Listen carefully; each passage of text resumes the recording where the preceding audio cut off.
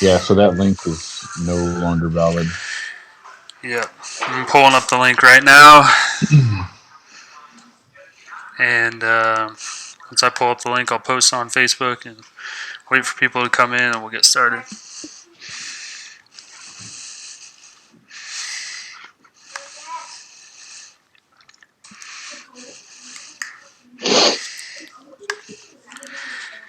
I haven't checked if anybody's in there yet, but I will send the link right now.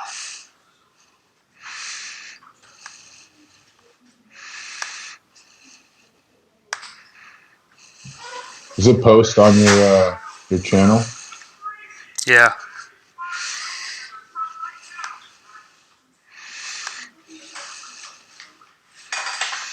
So I can just go under my subscriptions. Oh yeah, there it is. Okay. There's one person watching.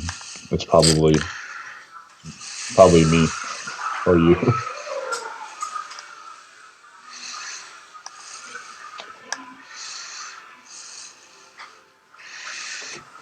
Yeah, that looks good actually.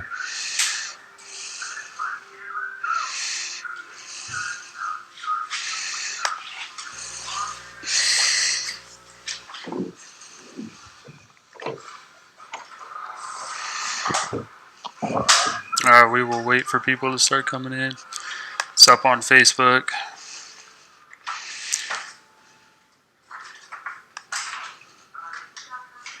Hey, how's it going? Thanks for joining. We're just waiting for people to start getting in here, and we'll kick it off and get started.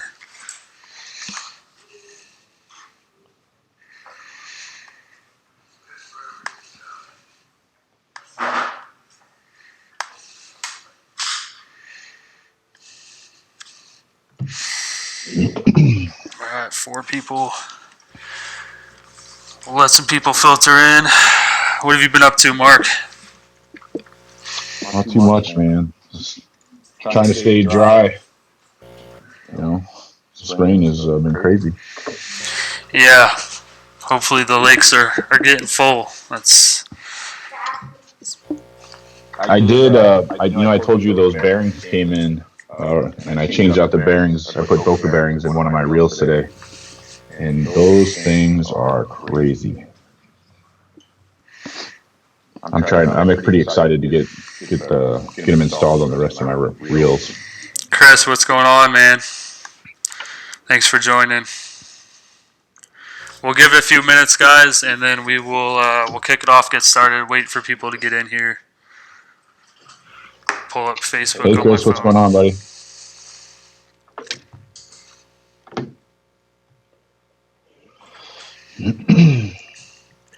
So obviously, first time we've done the split screen thing. So this is Ecamm Live, as you guys can see the watermark in the bottom corner. It took me like 3 days to figure out how to do this. So hopefully this all goes smooth. 9, Almost looks like you know what you're doing. 12 people. All right, man. We can kick it off. We got 12 people in here. Thank you guys all for joining the SoCal Kayak Anglers Lockdown Live episode 2. Tonight we've got Mark Christman. We're talking summer bass fishing. That's what won the vote. That's what everybody wanted to talk about. Open discussion, and it won. You know, wasn't that close. There was like 15 votes, and the next one had 8, which was Topwater. But again, we cannot talk about the virus on here, so let's not. We already know what's going on. The world, everything is crazy. YouTube gets mad if you say it, so don't put it in the comments, and I won't say it. Mark won't say it. We'll do our best. Again, this is open discussion, guys, so feel free. I've got the comments pulled up. While Mark does this thing, I'll be able to read the comments, highlight comments, questions, anything you guys want to talk about related to summer bass fishing. And then after it's over, we will go into, whatever we want to talk about. Maybe moving forward with Lockdown Live and seeing what we want to do next. But I'm not the expert. Mark is not the expert. None of us are the experts. We're all just trying to, have some fun during this time, this downtime, talk fishing, and hopefully we take away something. We all learn something, and we become better anglers. So feel free to add anything you guys want to add. If you disagree with something, let us know, and hopefully you tell us why you disagree and what's worked out for you. So how we'll do it tonight is, like I said earlier, we're going to discuss everything summer bass fishing, to include what the bass should be doing in the summer months, what the pros and everybody says the bass should be doing in the summer months, because as you guys know, our bass act a lot different than bass in the rest of the country, right? So we don't really play by seasons as much as other places do. So we'll talk about what the research that me and Mark put into this, what everybody else says bass are supposed to do in the summer, and then what we've experienced here in San Diego at our lakes in the summer, which, as we know, all lakes are different. So, all right. I think that's pretty much it. I will let our guest introduce himself. Most of you guys should know who he is. So go ahead. Stage is yours. All right, Matt. Thanks, brother. I appreciate it. Everybody, first, I don't know why Matt invited me on. Like he said, I'm definitely not an expert, but I do love bass fishing. I spend a lot of time on the water, and I think that's really one of the things that we all share in common, right? And so that's what brings us all together. So we're going to talk about summer bass fishing. A little bit about me. Just been bass fishing for a long time. Been kayak fishing pretty hard for about 3 years now, and done a lot of traveling doing it. And I really enjoy the hell out of it. And I hope that the little bit of knowledge that I've gained, you guys find interesting. So again, first of all, Matt, thanks for having me on to host the SoCal Kayak Anglers.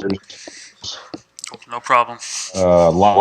And appreciate using the Yak and Bass SoCal channel for that. So if you guys aren't subscribers, please subscribe to Matt's channel. Puts out a lot of great information, not only about the club tournaments, he usually does a wrap from every tournament too. So again, I'm not an expert.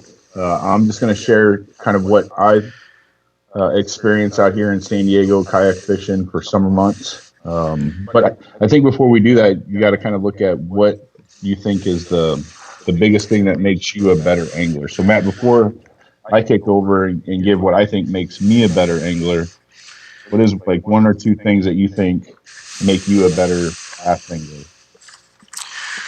I would say the most important thing for me is probably just the preparation, and kind of like what we do before we go live here is me and Mark kind of talked about, we've got to prepare to come on and do this and hopefully give you guys some good information, which involves a lot of watching YouTube videos, watching the pros, reading about summer bass fishing, all that stuff. So for me, the most important part, I would say, that constantly keeps me learning about stuff is just preparing and watching people that I know are 10 times better than I will ever be. Yeah, and I feel the same way. I think, and that's one thing that I definitely think if you don't spend a lot of time doing your research and homework, that's something that a piece of advice that you absolutely have to do. For me, it's time on the water is my number one thing. The more time that you spend on a body of water, breaking it down, understanding, how the bass react based on the time of the day, the way the wind's blowing, listening for the cues that the lake is going to give you.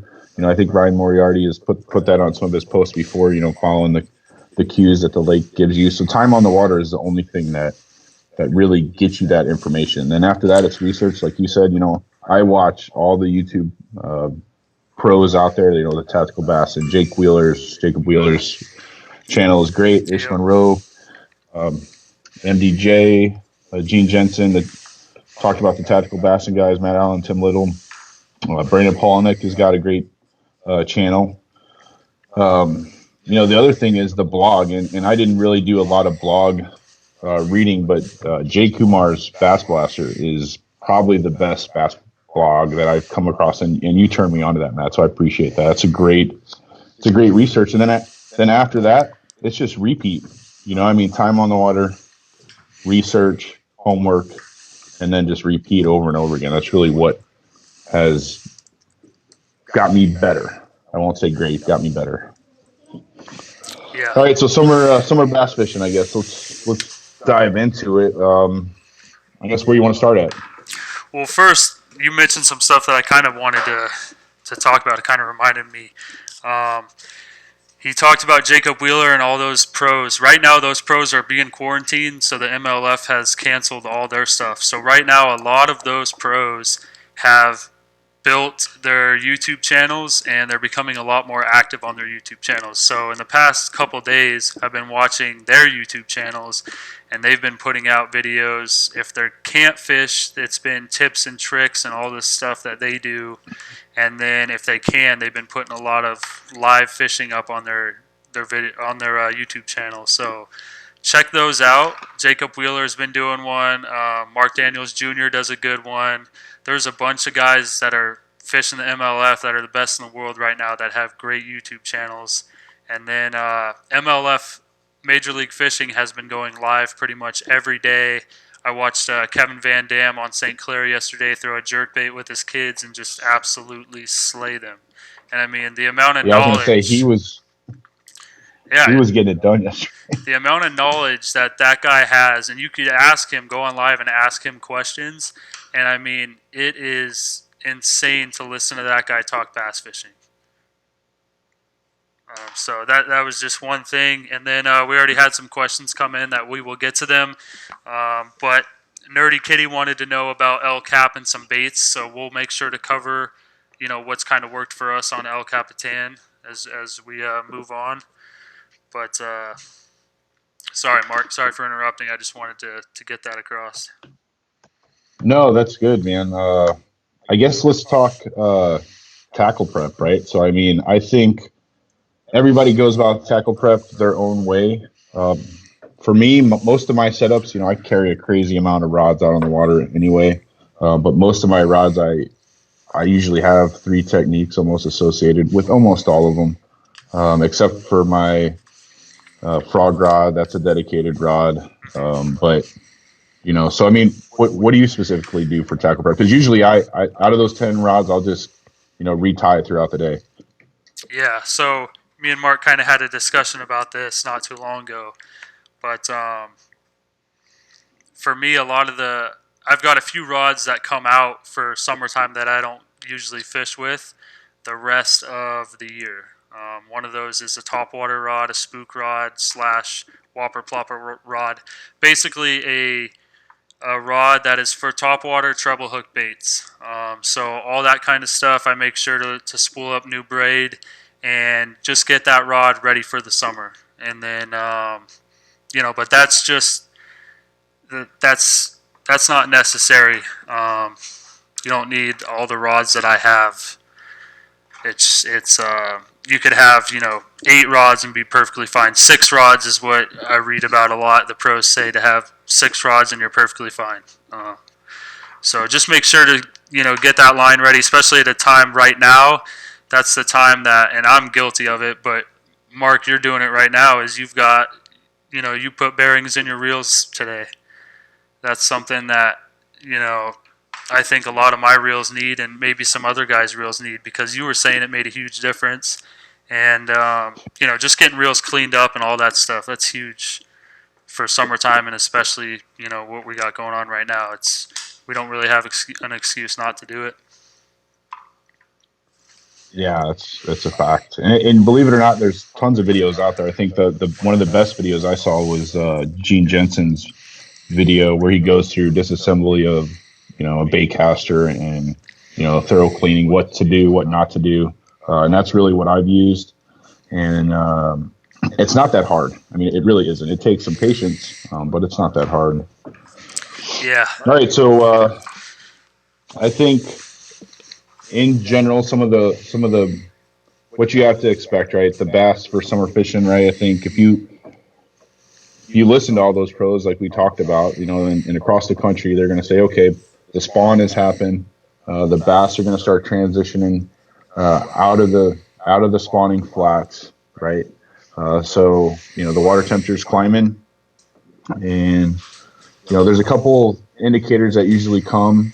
For me, it's all about water temperature. I think as soon as the water temperature is consistently above 62 degrees. So when you launch in the morning, when I see 62 degrees first thing in the morning, I know that you got to hit up shallow quick and early, because they're going to be up shallow to feed. Yeah. And as the day, as the sun comes up, they're just going to continue to push down. And when the sun's high, they're going deep or seeking cover, right? Yeah. Yep, I agree. It's definitely the time of the year where waking up early and getting out on the water right when that lake opens is important. A lot of times you like to sleep in the winter, but the summer's the time where you want to be there right when it opens. Yeah, so I mean, I think that it's such a great time of the year to fish, because no matter how you like to fish, you could probably you can catch fish on a multitude of styles in a single day.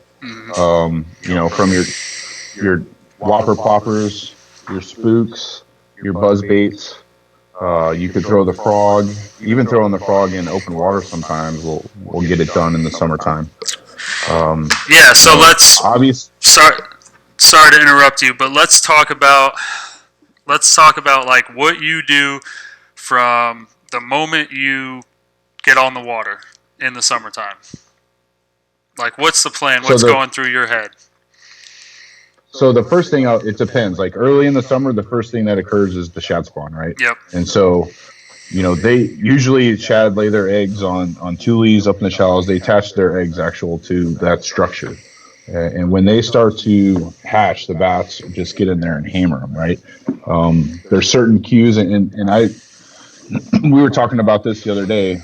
The first time I've seen shad spawn, and you see the bait in the clouds of fry when you're out in the water, right? But when we were out at Sutherland last year, and when the shad spawn is really going on heavy, it looks like the water is boiling around those structures. Mm-hmm. And out there at the dock, out there at Sutherland that last year was the first time I had seen it. It literally looked like the water was boiling, and just any kind of reaction bait that you throw through that is just going to get hammered, because that's where the bass are. Yeah. So I think, after the shad spawn is the bluegill spawn. So you gotta kind of know what's coming, and that's all associated with the water temperature, and then you just follow that throughout the summer. And so, but I think if we focus on just kind of the general plan for the entire summer from start to beginning of the day of one trip out on the water, right? Mm-hmm. So, early, I'm thinking, first thing I'm going to do is look for where the wind's blowing. If the wind is blowing toward a bank, that's the bank I'm going to fish, because that's where the shad are probably going to get pushed up at. And I'll be throwing a reaction, right? Yeah. Or top water, right? I think you could go either way. If you're seeing them bust top water, or the water is glass clear, or glass that's got no ripple on it at all, mm-hmm. Top water is a safe bet. Now, do you have a standby like top water rig? Like if bass are busting and they're within a casting range, or they're within a short range to, and for you motor to, for me paddle to, do you go chase them? And if you do you have a rigged ready rod to throw at those busters? Yeah, absolutely. So there's two things that I absolutely have tied on in the morning for those busters when they're occurring, whether it's the center of the lake or on shallow. Mm-hmm. And it's going to be either a gunfish, a Lucky Craft gunfish, which it's a spook with a cup. This thing has been amazing for me, especially on busters. But I've also, I'll have this tied on. I'll also, because I have an individual rod for my jerkbait, so I'll throw a Vision 110, right? and that's always tied on. These things are tied up, but that's the Vision 110 Junior. Mm-hmm. That's the full 110, right? And so I only have really like two colors. Yeah. These two colors really get it done for me. And then I will always have a whopper plopper tied on. Okay. So first thing in the morning, those three baits are always tied on. And that's the that's the 90 size plopper. No, these are 110s. Okay, 110. Right. I do have a 90 size. My favorite two colors on whopper ploppers is the monkey butt and the bone. These are my favorite two colors. A lot of guys say you really only need two colors. You need the bone and the black, right? But I like that monkey butt. And matter of fact, I've had fish both at El Cap. Nerdy T was asking about El Cap, but both at El Cap and Otay, where they completely come airborne, like they were shot out of a rocket to hit that thing. But that's pretty smooth water. I'm not looking, as soon as there's a kind of a ripple or the wind kind of picks up in the morning, and the busters are there, then primarily the jerk bait, because you're getting under that ripple, or the spinner bait, right? Yep. I think, or a buzz bait too. You can rip a buzz bait through the light ripple. If it gets too much, you're not gonna get the action on it you want. I mean, what do you think? Am I crazy? No, I agree. I usually have a fluke tied on. But obviously, how far can you cast a fluke? It's always going to be a super fluke to give me a little bit more weight. And you can put stuff in fluke bodies, little nail weights and things like that to get them to fly farther, but then, they're going to sink faster. So, or you can put the heavier jungle hooks on a fluke to throw them farther. And again, they're going to sink a little bit faster, but a fluke's always been good for me. I always have a spook ready to go, definitely. So, I'm thinking the same thing as you are. My thing, Chris just asked mono for topwater. If I've been throwing mine on braid, believe it or not, and I've been doing okay with it, and it's just been straight braid, and I've been doing fine, especially in those fish that are busting, just because pretty much right when it lands, if I can get the cast where I want it, they're coming up and hitting it. They're not even inspecting. They're not seeing that braid at all. They're just, I think they're all battling it out to get food at that point. So any fish that sees it, they're coming at it racing three other fish, at least from my experience. I haven't really gone to the mono thing ever out here. But it's definitely something that I think I should try for sure. And that's what you're supposed to do, because mono floats, fluoro doesn't. So you're supposed to throw mono if you're not going to throw braid. And I'm sure there's people in here that throw mono. I don't know, Mark, do you throw it? No, actually, I was going to say mono. That's because most of my rods, I switch baits out and styles out. Like the same rod that I'll throw a chatterbait on or not a chatterbait, the whopper plopper on. In the summer and later in the day, that's my Texas rig bait, right, for a creature bait. And so pretty much, except for my frog rod and my heavy jig rod, everything is 12-pound fluoro for me. Yeah. Everything. Like I don't touch mono at all. Now I do my leaders, like when I'm running my jig rod, I'll throw like a 16-pound, it's that Sunline FC leader line. Okay, yeah, the leader It's not line. Sniper.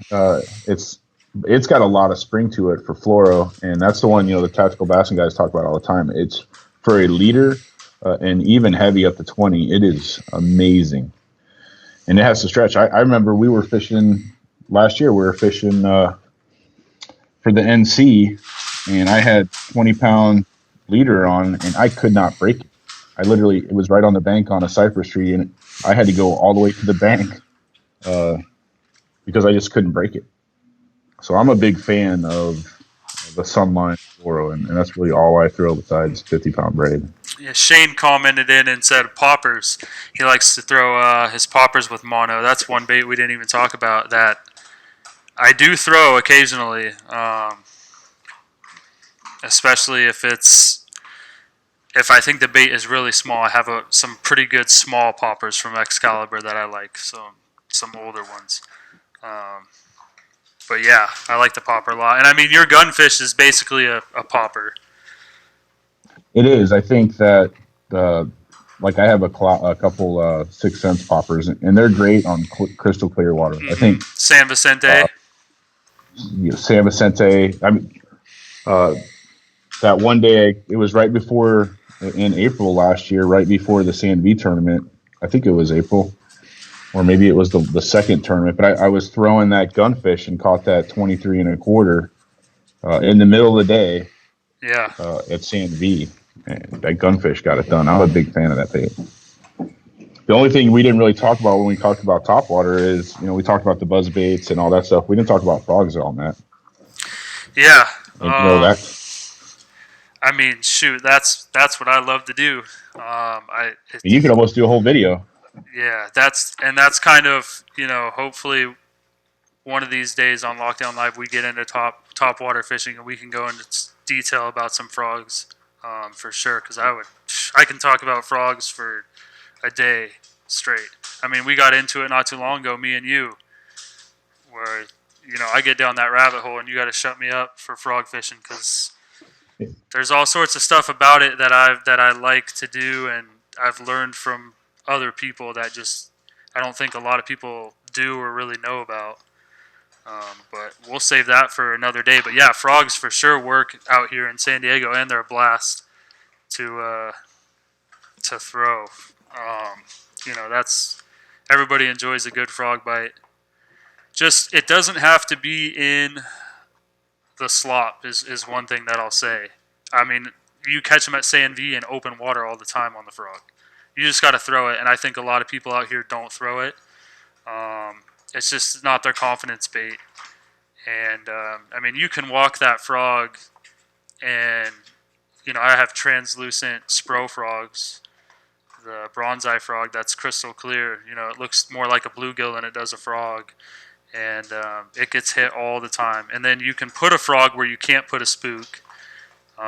You can put a frog, you can cast a frog a mile. So, I mean, there's a lot of advantages to it. The only thing that is tough is the hookup rate.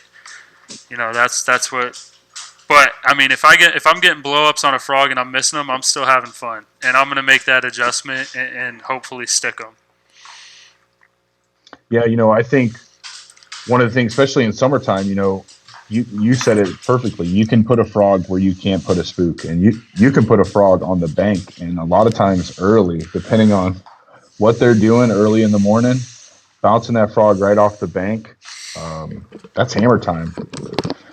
And I mean, you're absolutely right that when you first start frog fishing, you're gonna be frustrated. I remember a year and a half ago when I first started frog fishing seriously, and I went to the Delta with Gino, and Gino was wrecking it on a frog on the Delta, and I probably missed 30 blowups on the frog, like in a row. And I literally told Gino, I was like, statistically, I should have at least landed one by accident, right? Yeah, you would think. Right? But anyway, I finally started landing them, and once you get it, you got it. But to get it takes some time. Yeah, some days you got to jack them right away, and other days you got to wait. And you can come back the next day, and it's the complete opposite. It doesn't make any sense.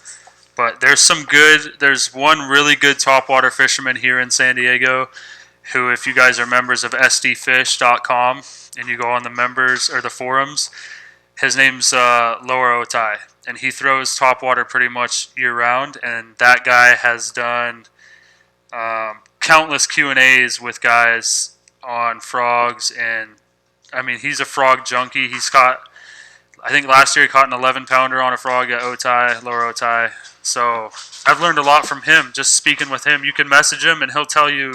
I mean, he's an older guy, but he shares the information. I follow him on Instagram, so I can get you that contact information if you guys want. But that guy has a lot of experience out here in San Diego throwing a frog. Yeah, I saw Shane asked about bending hooks out on frogs. I definitely do.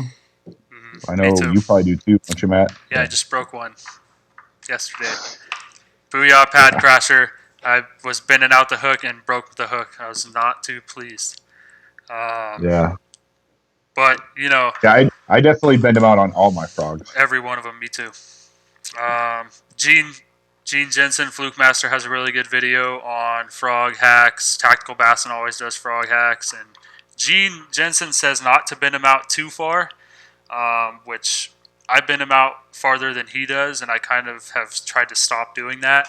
He runs his finger across the back of that frog, and he just needs his finger to catch. That's all he cares about. If it catches, he'll stop, and it's bent out. So he talks about he thinks guys overbend him all the time, and then that Booyah Pad Crasher, I don't know what happened because I was barely bending it. The hook broke, and it surprised me. I've never broken a frog hook before. And then I went to the other side to get the other hook just to test it. And that one I couldn't break when I tried. So I don't know if it was a faulty hook, but I just bought a new one. I got it in today. And then you can buy frog hooks off Tackle Warehouse. And Trocar 4-aught will replace the Booyah Pad Crasher. So I'll have two now, two of the same color. So let me ask you this: when you talk about frogs, right? And we're not going to go too far down the rabbit hole on frogs. But what do you prefer, a hollow body or something like a horny toad? You know, I prefer the hollow body.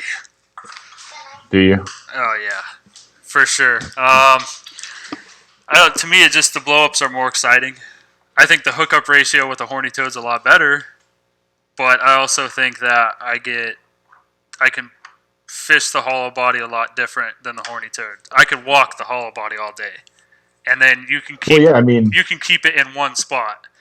And you can't really do that with the horny toad. I mean, that's more of like a whopper plopper, a weedless whopper plopper, a weedless buzzbait. But man, you want to talk about a guy smashed them with a horny toad? You should be talking right now because where were we? National championship. What lake was that? That was Caddo. Yeah, Caddo Uh, Lake. This guy pre-fishing with me just went to town with a horny toad, and good gosh, I just sat back and yeah, watched. then the tournament started, and I couldn't catch anything on them. Yeah, we don't I want think to you're talk right. I about think that. the cool thing about the horny toad, it is like a buzz bait through heavy cover. And you're right, it's not as exciting, but it's straight reaction because they're chasing it from the go. So I mean, it is like a buzz bait through heavy cover, and I enjoy it. And the good thing about it is, and yes, I always have a Senko tied on. The first to admit it, but you can use the same 3 extra wide gap hook to throw your horny toad on. So it's not like you have to retie. It's a three zoom horny toads, $3.50. Yeah, A lot cheaper than Senko's. You can use your same rod, and you're just burning it through cover. and you can put it anywhere. It's right. And I'm a witness. This guy knows what he's doing with the horny toad. And that was when they was when they weren't touching the Senko. I mean, we couldn't get bit on the Senko out there at all, and then you threw the horny toad, and it was on after that. Yeah. Yeah. So only for that small window. Good points, by Shane in the comments. Usually try to point the rod at the fish when it blows up, then set the hook and keep the rod out of the position of your hook set, so you're not so quick to set the hook. Yeah, I've read. I watched, I think, a Wired to Fish video on YouTube where the guy talked about that a lot. He gets too antsy with his hook sets, so he'll fish with his frog rod like way down, to where the tip's in the water, and then some other guys believe to fish it with the rod tip way high, so before they set the hook, they have to come down and then set the hook. So, again, everybody has a different theory on how they do it, but I think once you find out what your way is, it's the right way. Because everybody has... John's on here from Italy, and that dude is a frog walking fool. Yeah, I can't believe he's still awake. I know. Mario, what's going on, man? Thanks for joining. Mario from Arizona's in. All right, before we go crazy down the frog The Yeah, frog we got hole, to which we, stop this. We got to. that was just top If water, you right? guys Like want that to was talk just top top water, we water. can talk top water next week for sure. I would love to do that one. But yeah, So I mean, I let's think get moving on. let's get. I think so. Back to early morning, right? You're going to hit the top water. You're going to have your rods ready for those busters, whether they're shallow or whether they're in open water. But then, right? I think, especially here in San Diego, and as much hype has been on this bait, you can't deny the fact that it just gets it done, and that's a chatterbait. And anybody that doesn't have a chatterbait on, I don't understand you. You should have a chatterbait tied on. I really feel that way. Um, they're so versatile. You can burn them, you can rip them, you can bounce them off the bottom. You can do anything with that bait, and you just got to figure out how they want it that day. That's the crazy thing about the chatterbait. Now, don't get me wrong. I've gone out there and tossed a chatterbait all day and haven't caught anything. But It's usually usually that's the days that it's usually nobody's catching it's usually the day after you slayed them on a chatterbait and you think you have them dialed in. it. Right. So other than the chatterbait early in the morning, the spinnerbait we kind of talked about. The other thing that we didn't talk about a lot, and I'm not going to go down the swim bait, but is a wake bait early in the morning Yeah. in the summer, right? And this is a black dog shell cracker. And matter of fact, I think Matt, this was one of my first wake baits. And for anybody that's just getting into wake baits, this is a good starter wake bait. You don't need to go get a huge swim bait rod, but this bait right here, it's like a $26 bait. But that bluegill spawn Yeah. early in the morning, this bait gets it done. And I remember when you Anyway, first bought it and you already had a fish on within like 10 casts using it. right, yeah. So I mean, that's another great summertime bait early in the morning. Heck, you can throw it all day, but it depends on that bluegill spawn. That's another thing you got to pay attention to, and then know where bluegill spawn. We're not gonna go down that rabbit hole, but you know where the shad spawn is. Then when the shad are done, the bluegill spawn. Know what to be looking for the bluegill spawn, and when you throw that bluegill bait, you talk about chatterbaits. This bait right here, this tiger, it's a green pumpkin tiger. This is a shock blade Picasso, but this is a great bluegill presentation that actually gets wrecked in the summer. You can see this one's beat up pretty good. Do you have the menace on the back? What's your trailer there? So yeah, I throw a whole bunch of different trailers on my shock blades or jackhammers. Mm-hmm. This is a rage tail menace, and I like fishing it where the tail is up. I fish it the other way too. Like this is a sexy shad pattern with the rage menace and shad, and the tail's just a little different. Yeah. But the truth be told, when it comes to chatterbaits, besides like this one got wrecked at Clear Lake, like destroyed. Mm-hmm. That one and the black one. But in San Diego, I have better luck with the Zoom Super Fluke on the back of my chatterbaits. I really do. I mean, I still throw the Zenko, but just a standard fluke on the back of my chatterbait. One of the best days that I've had on the water out at Otay was throwing this bait in 4 feet of water and just bouncing it off the bottom. Just crank, crank, crank, bounce, crank, crank, crank, and it was hitting every time it paused, it was getting hammered. And I was actually sitting there talking to Mike Stames. Like I was standing in the yak talking to Mike Stames, and he's like, "How are you fishing it? Because you're just getting hammered." And I was telling him, "Crank, crank, crank, let it fall, crank, crank, crank." And as soon as I was telling him, I was getting bit. It's almost like you're just jigging it. Yeah, and that's why I love that bait, because you can rip it through grass. Yeah. And that's what I was going to ask you. Are you targeting the grass when you're throwing it? Or are you going down tooling lines, or what? Where are you throwing it? Yes. Yeah. Like, literally, yes. In the water, right? Right, in the water. I have so much confidence in that bait, and really, I think as anglers, everybody has those confident baits, right? I think everybody has a handful of things that they feel like, I know I can go out and catch fish on X. And for me, one of those things is the chatterbait, and a lot of time it's really because you put in time on the water with that bait, right? Exactly. So I think for me, whether I'm shallow, bouncing on the bottom, sort of like you would do a square bill where you just kind of grind it, Mm-hmm. except I'm bouncing it or, fastly working a jig. Through the grass when the summertime grass starts to come up and grow, just ripping it through that grass. But you got to have a stout rod to get it through there, Yeah. so you don't end up. There's a lot of guys. We kind of talked about this yesterday. A lot of guys will fish it through the grass, and after a couple casts, they're just pulling up grass and they give up on it, right? So you got to be able to just rip it through, and it takes a stout rod to do that. Yeah, it does. And like, I don't want to get too much into it because hopefully one of these days we'll talk about bladed baits and spinner baits and all sorts of details in it. But I was telling Mark about this the other day. So I have a Dobbins chatterbait rod Sierra series built for the chatterbait, specifically built for the chatterbait. One of the nicest rods I own. And then I have an iRod Genesis 2 that's built specifically for the chatterbait.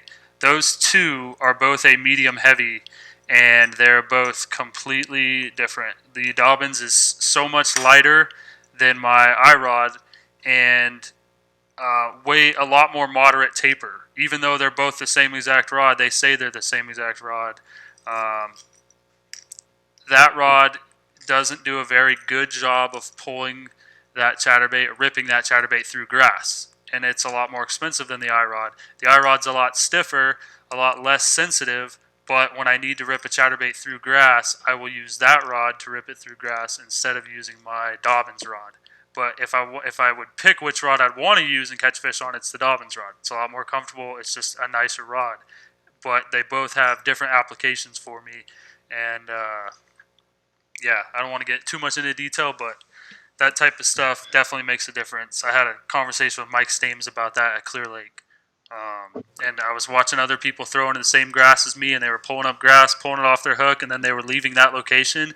And I was like, thank gosh, because this place is full of bass, and you're just using the wrong rod for your chatterbait right now. Yeah, I think the chatterbait is one of the most versatile baits, and that's why it's a perfect bait.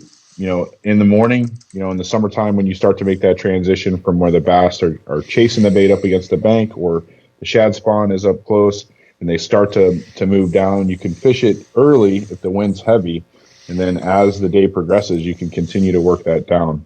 I saw Dave had a question about good trailers for chatterbaits.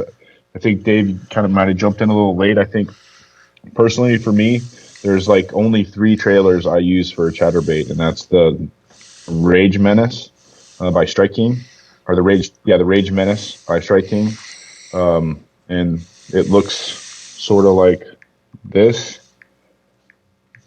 right? It's got a nice little paddle tail, and it gets a lot of action. The other one I use just a straight zoom super fluke, especially here in San Diego, and then the Seiko by Gary Akamoto gets it done, and they have these in every color, right?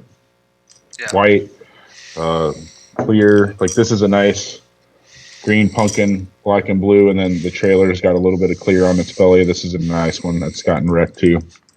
So those are the only three trailers I use on a chatterbait. I don't know. You use a little different secrets there, Matt. I'm not going Yeah. to ask you to give up the juice. No, I've got a lot of different trailers that I throw for certain situations, but when we do a chatterbait, we're gonna end up doing a chatterbait one for sure. Spinner baits, chatterbaits, and probably swim jigs one eventually. I'll go over a bunch of trailers, and then Dave, you've messaged me, or we talked about frogs earlier. I like the Seiko a lot that Mark said. So basically, what I see a lot of with the chatterbait trailers, and Brett Height is like the chatterbait king. So he's the one that went in with Evergreen to get the jackhammer made with Z-Man. He's got specific rods. It is basically what Brett Height is known for, is the chatterbait, and he's a MLF professional fisherman. He goes over trailers. You can watch videos about trailers that he throws on it and why some trailers work and why other trailers don't. a lot of guys will throw paddle tails on the back of a chatterbait, and that's not necessarily what the chatterbait. That tail is fighting against your chatterbait. So you'll see some guys rig it upside down, the tail upside down on a boot tail. You can do that, but Brett Height has gone into like made a bunch of videos where he talks about that's not what it's made for. And that Zaco, can you hold that up again, Mark? Yeah. That was created by Brett Height. Brett Height wanted that trailer specifically for the jackhammer. So, I mean, that's arguably the best chatterbait fisherman in the world, and that's what he wants. So I throw that one a lot, and I think the biggest mistake I see the most is that boot tail on the back. But I mean, people get bit with that boot tail on the back. It's not going to be as erratic like that Zaco is. I mean, that Zaco is back there going crazy. Same thing with the fluke, and the paddle tail is kind of fighting the chatterbait. But it gets bit. I've seen people catch them with the paddle tail. Yeah, I was going to say that's a great point. I was watching a video, Tactical Bass and Matt Allen and Tim Little. They did a chatterbait video, and they, I love Kitex, swim jigs, Alabama rigs. I've always got a Kitex, right? But his video on chatterbaits, they literally talk about exactly what you just did, right? The paddle tail fights the chatter, so that you can swim it upside down and get a little better reaction out of it. But the best thing that they say to do is if you're going to throw a Kitech is to literally clip the paddle tail completely off so that you just have that back little thin fin on your Kitech. Yes, and then Spunk Shad, yeah. Spunk Shad is a great one. Hog Farmer, that's a huge underrated company that doesn't get enough love. A new one that came out on Tackle Warehouse is called the Stanford Baits Big Show Twin Minnow. That's another one they made specifically for chatterbait trailers. So a bunch of these companies now are coming out with chatterbait trailer specific baits, which is awesome because, of course, I have it in my Tackle Warehouse cart right now as we speak because I want to try it. I'm a big Hog Farmer fan. Yeah, me too. And then Big Bite Baits made a thing called the Kamikaze Swimmin', and that is another one. Let's see, I'll pull it up right here. I don't know how well you guys can all see that, but they rig it just like it's shown. So they don't rig it like a what am I saying? Not like the Menace like he had it, but they rig it straight up and down like that, just like it's shown in that picture. That bait right there was specifically made to be a chatterbait trailer. So, like that one. Yeah, so it literally says in the description, the ultimate trailer for vibrating jigs. And if you guys watch Michael Neal on MLF, who is just a hammer, always a consistent angler in the top 10 on Major League Fishing, he throws that on the back. And then Strike King makes one as well. Strike King makes a specific chatterbait trailer now that Aaron Martins throws a lot, who is out of the hospital doing well. Yeah, that was great news. Hopefully he stays on that path. Okay, so we hit the midday transition or that early morning transition, and for me, we were talking about this yesterday. That window when that top water early to the shoreline reaction bite goes away is really based on the sun and the temperature of the water, right? And so I think that as the sun starts to come up, you got to pay attention to where the shadows are, right? If you're fishing like a lot of our reservoirs where you have the mountains, knowing when certain points where the shadows of that mountain actually leave those points. Yeah. Especially El Cap. El Cap, I'm trying to directional here. The north side of that lake, that first part, those secondary points. If you understand how that shadow affects those secondary points, that can make your day early. I don't know. What's your experience with that? You think the same thing? Understanding the shadows? Yeah. The shadows. I mean, like in a lot of our lakes, we don't really get too many shadows, like Lower Otay and stuff. So I think during those times, they either go deep in the tules or they go deep in the grass. But for those places at like San Vicente, El Capitan, you'll have those spots where the sun hits the water way earlier. And during the colder months, I'll fish those sunny banks, obviously, because those bass will come up and try, get that that sun on their bodies. And then during the summer months, it's the opposite. Once that sun starts to come up, you're going to be looking the opposite banks, fishing the shaded side, because that's going to be where the bass pull off to. It just makes them a lot more comfortable. And then from there, it's cover. But answering some of those questions, baits related at El Capitan that was asked earlier. The chatterbait's a great one at El Capitan. The Whopper Plopper has been huge for me at El Capitan. What about you, Mark, for summertime? Summertime, I've had good luck on there on the square bill, right? Yeah. I'm a big, especially early, and the good thing, the square bill can get you out to about the 5 foot, sometimes 6 foot if you're throwing 10-pound line. So from the, just shy of the bank down, depending on some of those banks, is a good bait.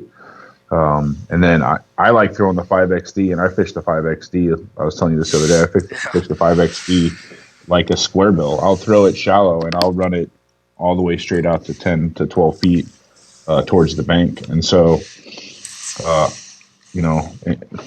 5XD, it just gets bit. I mean, KBD's been throwing these things forever. There's a reason. He's one of the best guys out there. This thing gets hammered. And I even throw this out at San V through the treetops, right? Mm-hmm. If you know on your graph where the treetops are, throwing this right through the top of the treetops has been a good day for me too. And so that's kind of that transition, right? As the sun starts to come up higher, understanding that the shaded area, especially out at El Cap, and then the baits to throw at those times is if they're not shallow, they're starting to move out, and then, covering that strike zone, if you will, right? Yeah. And that's a good point about throwing it in the treetops. That's what these baits are made to do. And I know it feels weird for some people that aren't crankbait fishermen, but that's where you've got to be putting that bait. It's what it's designed to do. It's what that bill is designed to do. Come through that cover. And then, Mark has seen me do it. San V, summertime, you get a lure stuck. It gets hot out there, and that water's nice. So I've jumped off the kayak. I've seen you take a swim. Yeah, plenty of times to go get some baits. So you get to cool down, and the water's nice, refreshing, and you get your bait back. So don't be afraid to do that, especially in the summertime. And I've seen him throw a 5XD in like 4 feet of water at Lower Otay plenty of times. Yeah. I'm crazy like that. All right, so I think the only other thing that we haven't really got to is kind of that, obviously, like I said earlier, I always have a Senko on, right? And so as I make that transition out, I'm going to throw the Senko. It's just what I'm going to do. We talked about it. You have those comfort baits. You have those baits that are going to get bit. And so I'll definitely do that at Otay. But I'm very precise about where I'm going to throw it. Like I usually don't just run down the Thule line beating Thules.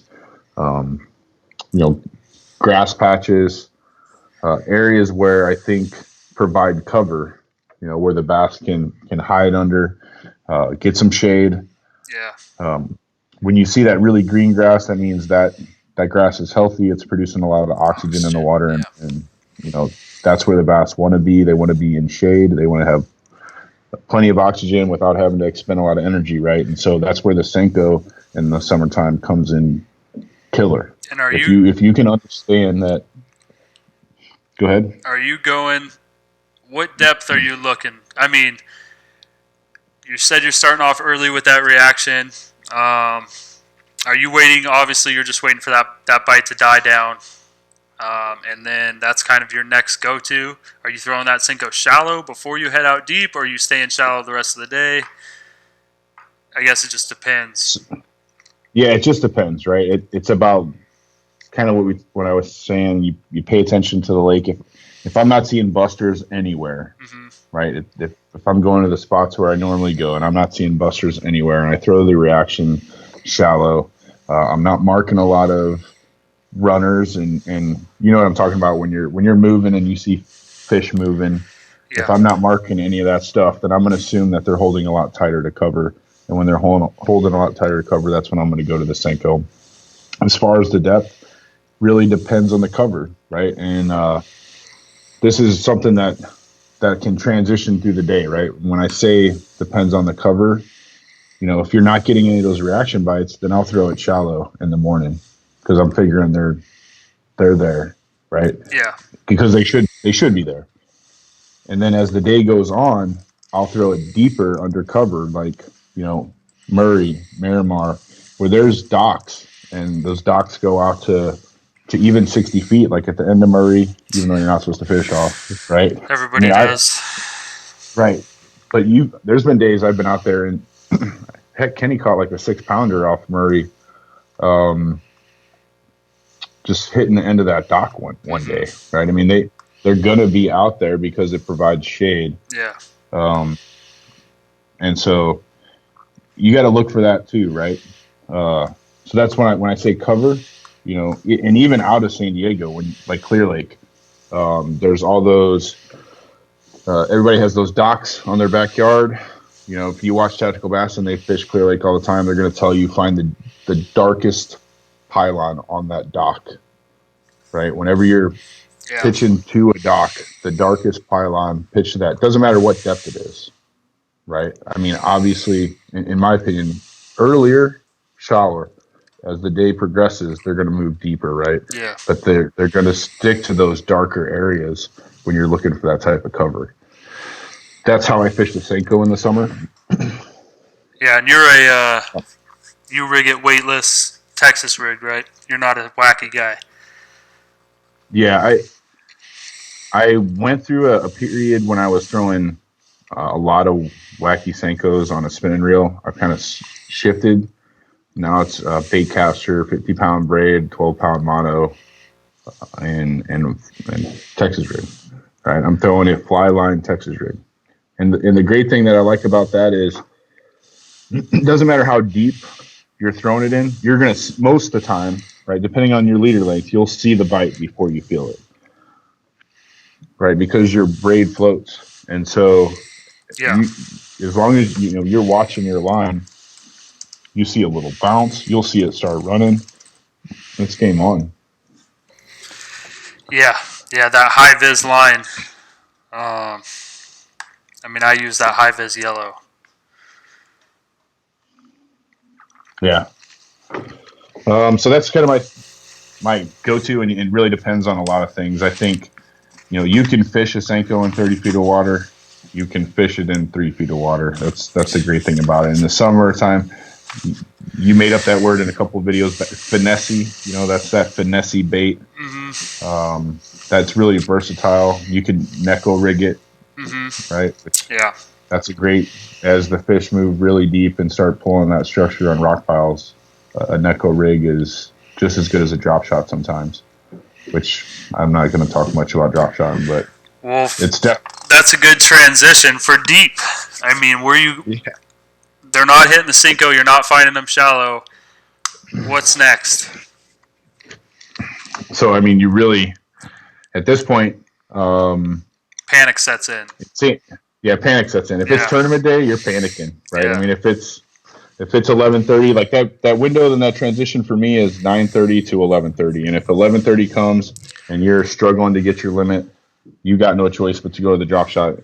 In my opinion, if you want to try and meet that limit, if you're not maybe going to get the biggest fish, but some days you never know, that thing gets it done. Yeah. But so I always have a Senko tight on. If I'm tournament fishing, I will probably always have a drop shot with me. I don't like throwing it, but it's there because I know I have confidence to. If I can find the fish in Otay, El Cap, there's a couple places where there's structure at 30 feet, 30 to 25 feet that I know a drop shot will usually catch something. The problem is at Otay, everybody knows those like 3 spots. Yeah, I know. The boats are always on them. Right. El Cap, it's points, right? Yeah. You just got to find the line that they're running, right? If you think the fish are running at 30 feet, just drop the drop shot on the end of that point at 30 feet and wait. Like, just literally wait. It's painful, but just be patient. I mean, Bryce Gibbs from Arizona, love that dude. Very patient, and he knows that all he's got to do is find the right spot and just wait because the bass will come by. And he's a hammer, so He is a hammer. he knows what he's doing. Speaking of the AZ guys, I saw Mario was here. Yeah, You're Mario's still out there, here. Mario. Cheers, brother. So that's that's deep we for a didn't drop really shot. talk What about the else? other deep. Yeah, what else you got? Your bread and butter, right? I mean, the only other thing that I'm going to throw deep is DD22. DD22, 10XD. Yeah, that's what I was waiting for you to talk about. Now, In the summertime, are you confident in it? not as confident as I am in that 15 feet and less range, right? I don't spend a ton of time deep cranking. Yeah. Probably because I'm more confident, especially in the San Diego lakes, that they're going to be tighter and deeper in cover, right? Personally, like I've had more success, and it's really you spend time on the water, you spend time getting comfortable with the bait. It's not something I've gone out and just said I'm, from 9:30 to when I leave the lake today, I'm going to deep crank at 20, 25, 30 feet. It's not something I've done, so I'm not very comfortable with it. But I know it gets it done. And that's the that's the key for like people that want to get away from the drop shot or the shaky head. Yeah, Aaron, the Ned rig for sure, and the shaky head for sure. I know Aaron's a great shaky head fisherman. So shaky heading for me in the summertime, I don't do it a lot, but when I do it in the summertime, I go big worms, and that's something that you could find all online. Is those big Texas rigged or those big shaky head worms, real deep. And usually I'll start out with a 10XD if I want to go super, super deep. This will get 25 plus feet. And this sounds crazy, but I throw it on 10-pound line. I throw it on 10-pound line to get it as deep as I possibly can, and I throw it as far as I possibly can to get it down there to 30 feet. And then Azuma makes a good one. And these colors that I like to pick, it's dark down there. They're loud, right? The rattles are really loud. They make a ton of vibration. The 8XD is a good one. If the 10XD is, makes people worry, it's a little bit deeper than the 6XD, and it gets bit. And I love this color in the summertime. You could be a lot more aggressive even in our clear waters with color. Because you're burning this thing at the same time. So when those fish are deep and it's dark down there and you're burning them, you can get away with colors like this. And a lot of times you don't see guys have it. It works, and I love that chartreuse. This is a 10XD, the Cloud 9, the Deep Series by 6 Cents. They all work. You just got to throw them, and that's the thing is I will literally only bring out my deep cranking rods, and then I'm getting them down to 30 feet, and you're feeling yourself hit bottom at 30 feet, and they will get bit. I promise you that. The best, in my opinion, the best angler in California right now from a kayak is Damien Thau. That dude, I don't know if everybody here knows him, but I've fished against this guy a lot, and he always places in the top 3. It's insane. I mean, the guy is just a hammer. He put out a Folsom video recently, and I went and fished Folsom. Me and Shane went and fished Folsom. A couple SoCal guys did. Cody Morgan, Danny Uribe was there for a little bit. Some other guys, Alex Cox was there. We went down there, and Damien Thau just released his video, and he caught him on a 10XD. He caught, I think, 2 fish on a 10XD at Folsom. That lake, over 50% of the people skunked. And it was a tough day of fishing. I only caught 4, and I got lucky to get my 4. But he threw a 10XD on a lake known for tiny fish, spotted bass and smallmouth bass. And, I mean, a 16, 17-inch fish there was a good fish. And he went out and threw the 10XD, and he caught 2 fish on it. And, I mean, that's something that people see the size of this and they just get afraid, like a bass isn't going to hit it. But how many times have you caught a 12-inch bass on a 6-inch Cinco? I mean, I promise you, I have caught 13-inch bass on a 10XD. It blows my mind every time, but it happens. They will hit it. It's straight reaction. And once you get them fired up, if you can get a school fired up, like you've read about, it's game on. I mean, they hit it every single cast. And then if I feel like they're there and they're not hitting the 10XD for me, I will throw on a shaky head. That is a 12-inch Margarita Mutilator copy right there on a shaky head.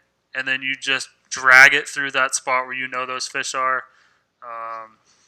Yum makes another good one, another giant worm. I love the 14, 15, 16 inchers. That's a 16-incher on a shaky head. And I mean, I catch 12-inch, 13-inch fish on a 16-inch worm all the time. But I'm looking for those. I mean, they're trying to feed up in the summertime. Their metabolism's higher. They're gonna be feeding. You just gotta find them. That's the key. And those are my confidence deep baits.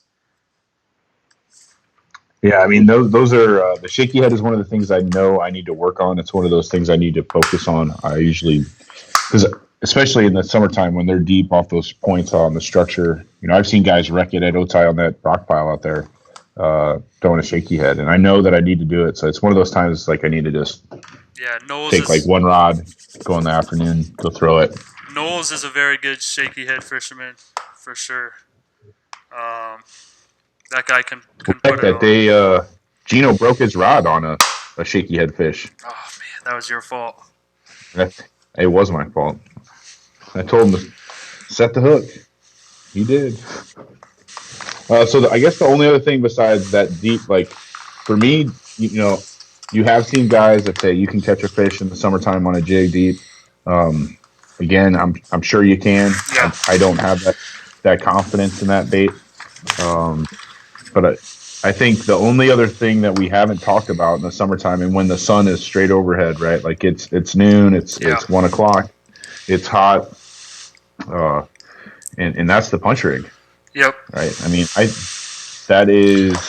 there's not a ton of places to do it here in San Diego, but it gets it done. I came in third place in Otay 2 years ago on 2 punch fish. And there's not a ton of mats, but if you find the right mat, and the ones out here, you usually can't get, at least in San Diego, you can't get deep in them. Usually the first 2-3 feet. Yeah. And getting it through the mat and then hang on, because when they hit it, they're hitting it on the fall already. So all their weight is coming down on that hook. And they're going straight back under that mat, so get them out of there. Yeah. Yeah, but I mean, you're throwing that for me. It's a flipping rig. 65, heavy, extra heavy. Right. I throw it on 50-pound braid just because that's usually all I run is 12-pound fluoro or 50-pound braid. That's pretty much it. Number 4 pitch and hook, 1 ounce, 1.5 ounce tungsten weight. I'll bobber stop it with a Snell knot so it sits exactly straight up like this. Yeah. And then the good thing is the punching hooks. This is a Gamakatsu. It has that little clip on there, so your bait will hang there as it goes through the cover.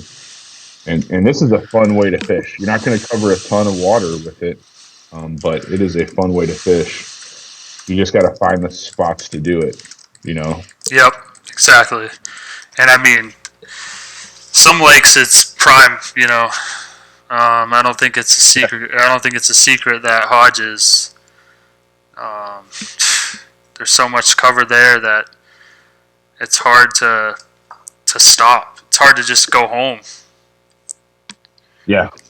Yeah. And the guys at Clear Lake, I mean, there's a lot of places to punch in Clear Lake and just wreck it in deep cover when the sun is straight overhead because the fish are just buried down in that stuff.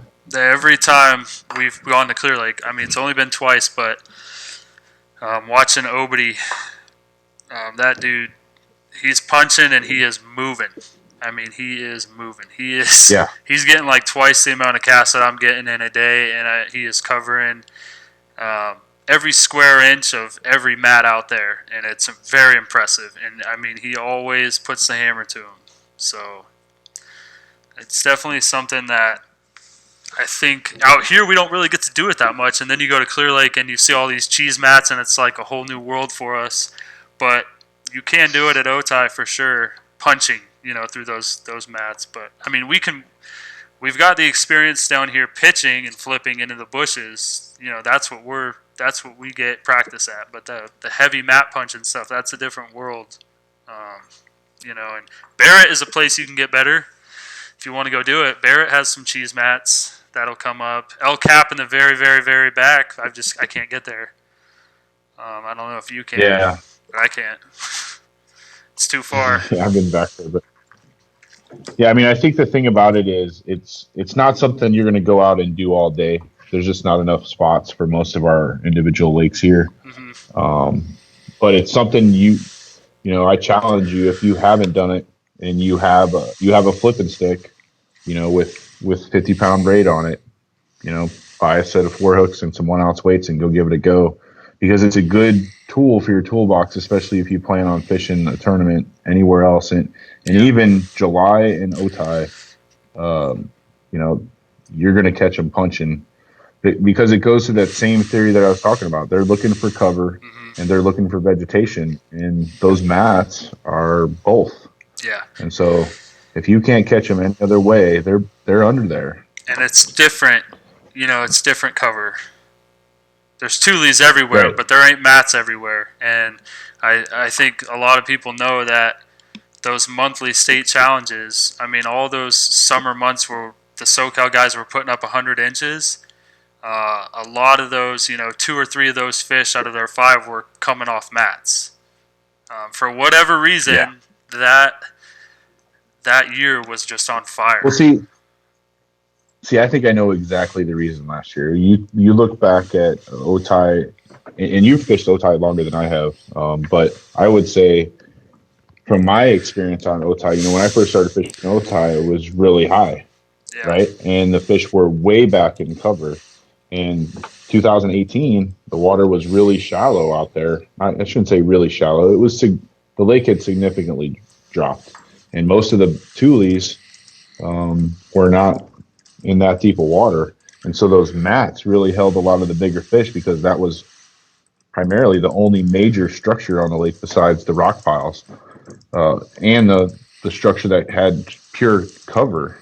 So those mats were very productive that year. But now that the water is back up, those fish are going to be even, they're spread out, they're deeper and all that stuff. So it's going to be interesting to see what happens. And those mats moved because they float.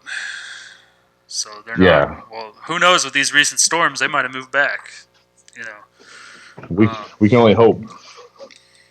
Another thing that I was thinking of that reminded me when you were talking about jigs is the swinging jig. I don't know how many. It doesn't seem like a lot of people throw this, but that is a structure head. That is a swinging jig swinging jig head, structure head. Biffle head, a lot of people call it, because it's paired up with the biffle bug. Biffle bug is this right here. And I mean, I don't want to hook it right now because I'm broke and I don't have a ton of these. But Texas rig, bury the hook, and then all you're doing with this bait is you're fishing it just like a crankbait. And I think that's the thing that people don't understand with it, is if you go on Tactical Bassin and you just watch their swinging jig head videos, they're fishing this bait. It's basically a weedless, soft plastic crankbait. They're reeling it just like a crankbait over rocks. And then the biffle bug, I've caught fish at Otay with this on this rig, and then that's when I started to get confident in it. It was, I think, last year when I started to get confident in it. I was catching them in the summertime. And one thing a lot of people don't know about, a lot of people throw the biffle bug on that head, which is probably the most popular bait to throw on there. But the biffle bug has a little hole right here. Now, I'll get it right there. Inside that hole, they make a rattle. Biffle makes a rattle. Gene LaRue makes a rattle. So now you've got this plastic bait that you can fish like a crankbait that can go through any kind of cover you want over the rocks. You're not going to get it snagged. You're not going to get it hung up if you're afraid to throw a crankbait. You can get it down deep fast. You don't have to wait for it to get down deep like a crankbait does. You don't have to fight yourself and pull a 10XD all day. You can cover the same ground with a more realistic bait that now has a rattle in it. You can pop the rattle out if you want, but I started to get bit on this last year in the summer, and it was the first time I started to gain a little bit of confidence in it. So this year I'll be throwing it a lot more, but just something you guys, if you want to try something deep in the summertime, easy to find on Tackle Warehouse, Jean LaRue Biffle Bug, swing heads or whatever you want to call them, swinging jig heads, and then Jean LaRue glass rattle is what rattle fits in there, and it doesn't come out. I fished with it last year. They'll stay in there. Sometimes when fish gets it, it'll fly out, but it's worth it. They come in a pack of like 15. Actually, I have a pack right here. Jean LaRue glass rattles comes in a pack of 15, and real cheap. It's like $3. So I like them. They work for deep. Just another. You reminded me when you said jigs about it. Yeah, I mean, Chad Hoover did a video a couple years ago on a striking. It's called a. Now it's slipping my mind, but it's a jointed structure head. Yep. And he throws a Zenko on it. It's the same thing as that. Throws a Zenko on it, and it looks like, because the Zenko is buoyant with the Yakamoto plastic. It looks like it's feeding a bait fish eating on the bottom. Yeah. You just bounce that around the bottom. Guys throw them on beds. So, yeah. And then another thing you can do with this. See, I didn't even want to talk about this stuff until we did a dang punching video, but you could punch with this, and then when you punch with this or you flip with this into the bushes at Hodges, instead of punching with it and then not getting bit and just reeling it back in and then re-punching, guys will punch with this, let it sink to the bottom, let it sit on the bottom for a little bit, and then they'll reel it back. So you're getting the double effect of working it back very slowly, dragging it back to see if there's a slower bite that's on the bottom or that fall while you're pitching it. So it kind of does double duty for you. And it comes through cover really well. Yeah, I noticed that Aaron, when he was talking about Chicky Head, he put up Ned Head, or the Ned rig, and I just picked up, I watched that video where Bam and Greg went out, and they're throwing, the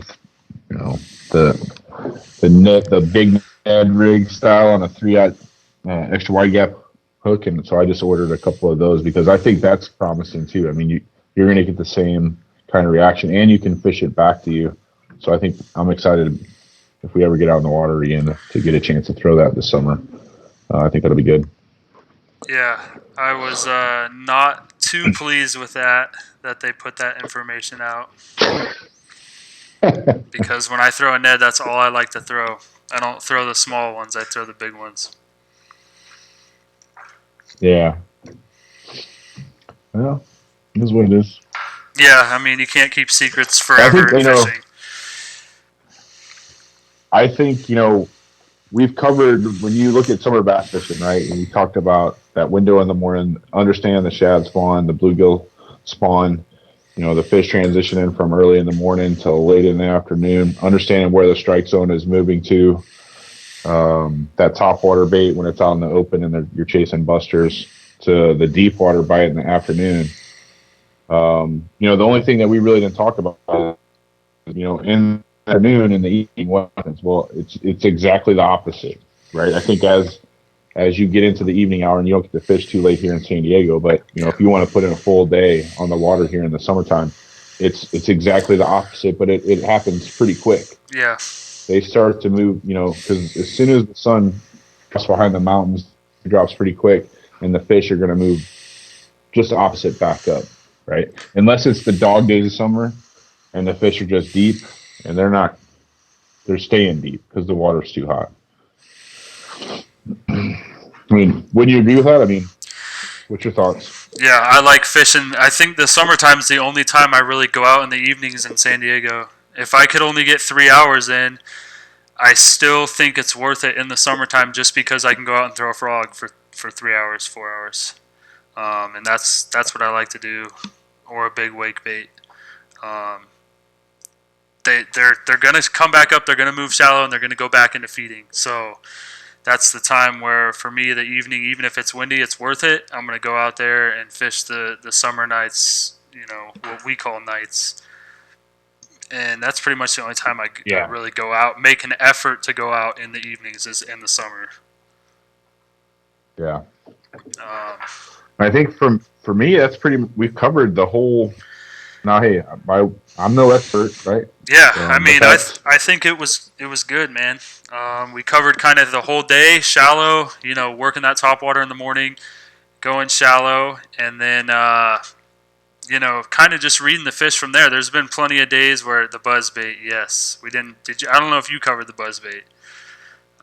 no. I said throw the buzzbait, but Yeah, you yeah, know, especially if you're seeing busters and there's a little bit of ripple on the water, uh, it just gets it's crazy because everybody will be, especially if you win a tournament, like don't hate. It was on the buzzbait.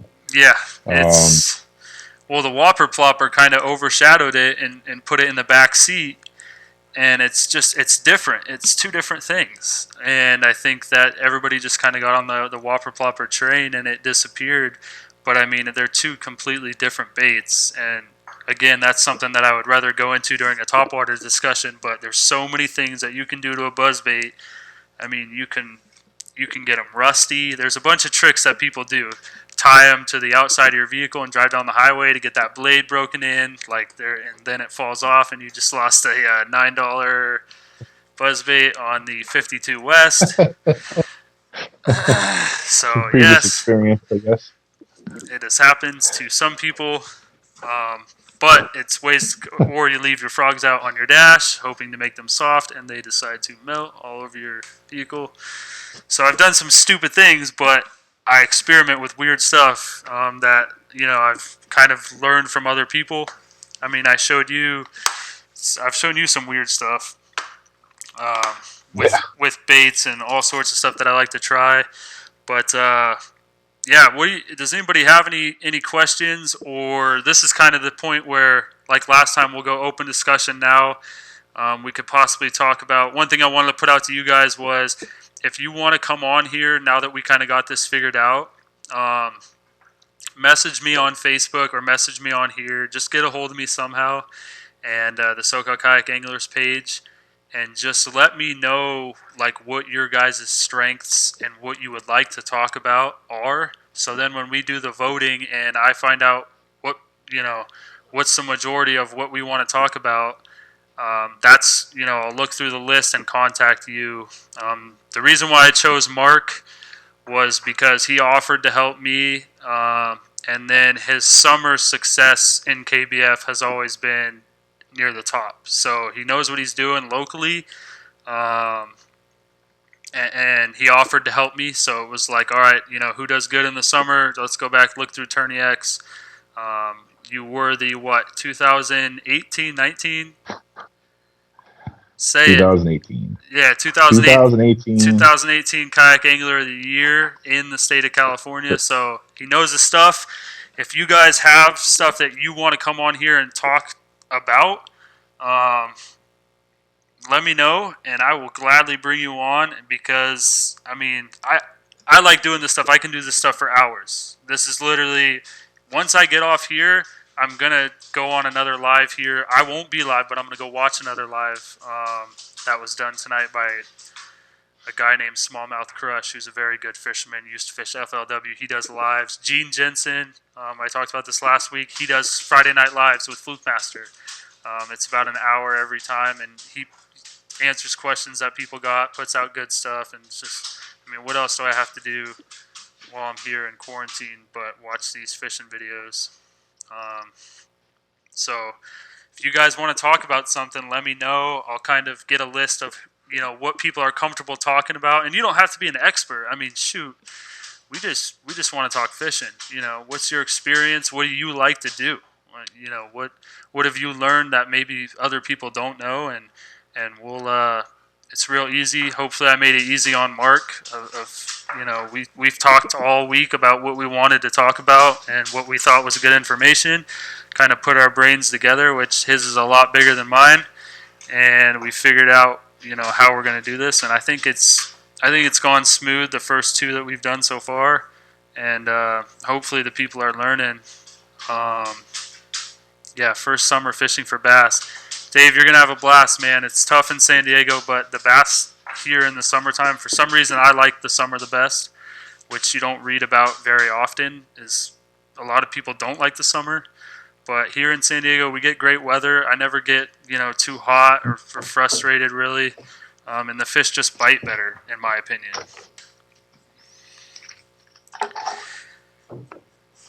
Yeah, like he helped me for good. Just reading Trevor's comment. That was funny. I remember that. Yeah, it'll tie. Easy day, brother. That's what we do. Chris, yeah, man. I put toads on the back of my buzz baits. Yeah, the horny toad is a good one to put on the back, right?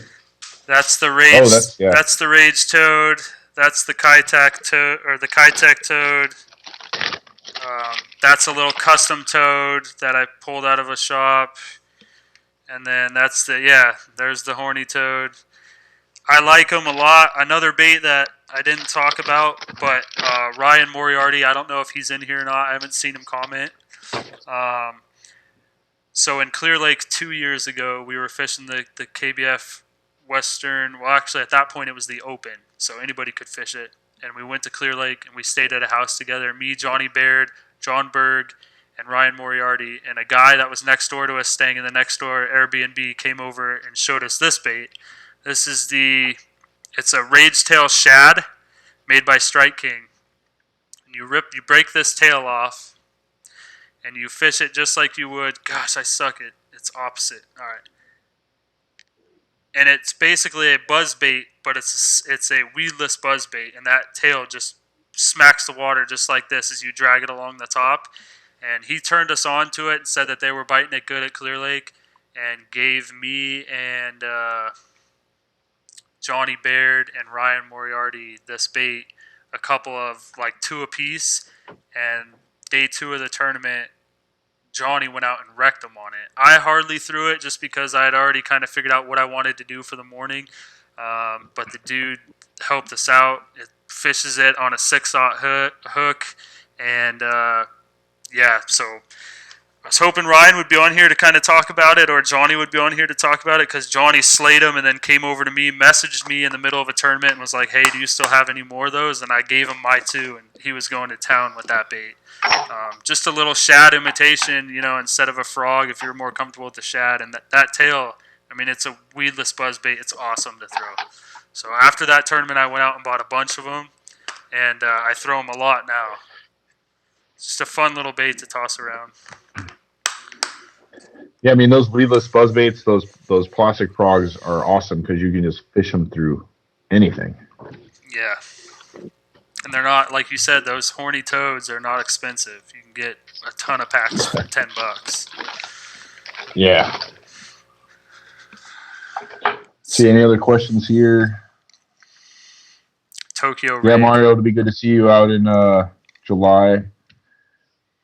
Tokyo Rig's awesome, Chris. Yep. Yeah, the Tokyo Rig. I got to do more. I only fished it on beds so far. I haven't really fished it outside of beds yet. Yeah, I've got a handful. I've rigged up. I just haven't tossed them yet. I know they get it done. I mean, Mark Y out here in San Diego throws the Tokyo Rig a lot. Yeah. Yeah, you guys have. Yeah, Greg, I agree.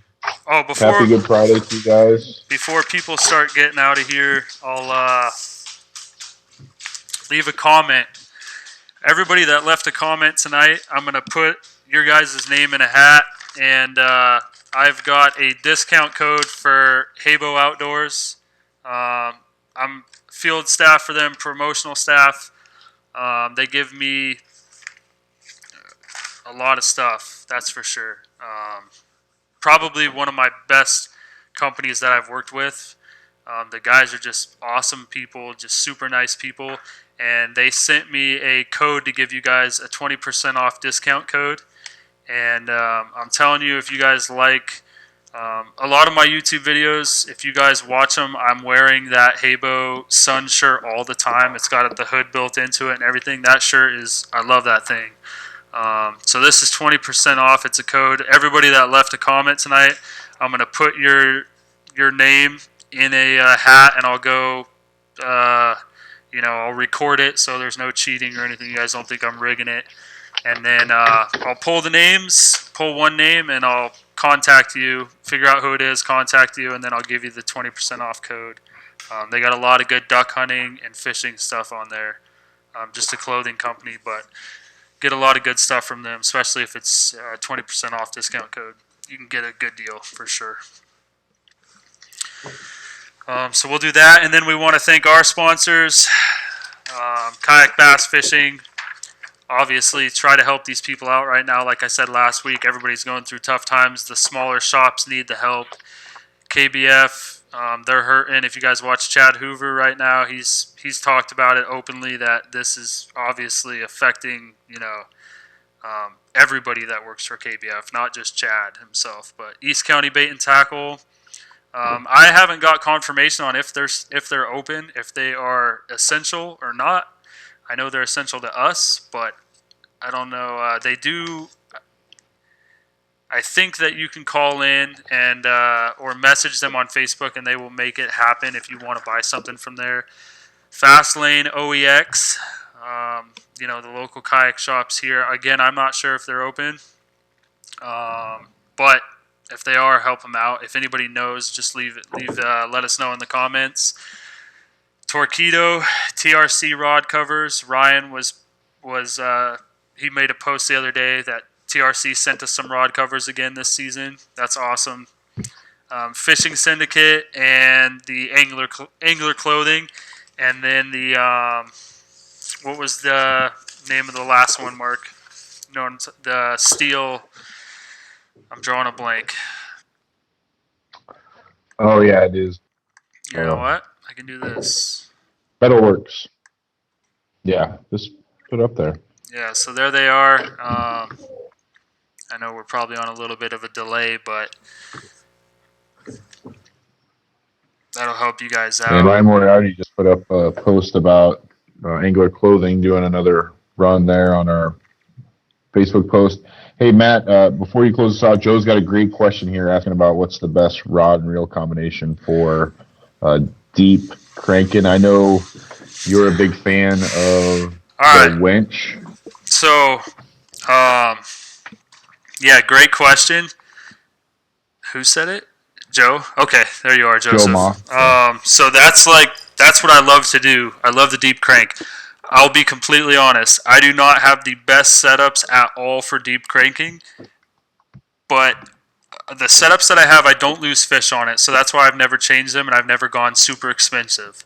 I went out and I bought all quantum rods because my idol growing up was Kevin Van Dam. I'm obsessed with Kevin Van Dam. I've learned everything about crankbaiting from Kevin Van Dam, and then he left me in quantum and went to Lew's. So now I'll probably be buying Lew's rods. But I heard a long time ago one of the pros, so it wasn't Kevin Van Dam. There was another pro being interviewed, and he said, he was asked, why do you think Kevin Van Dam is with Quantum? Because Quantum, obviously, if you guys pay attention, they're not the most well-known named brand out there. KVD basically they're older, but KVD was kind of keeping them afloat with the other companies that are out there that have a lot higher visibility. So this professional was asked, why do you think KVD would stick with Quantum? And the guy said, I don't know why he stuck with Quantum, but when the best fisherman in the entire world who could pick any company he wants stays with the company, there's a reason. Now, is that reason because they paid him a lot?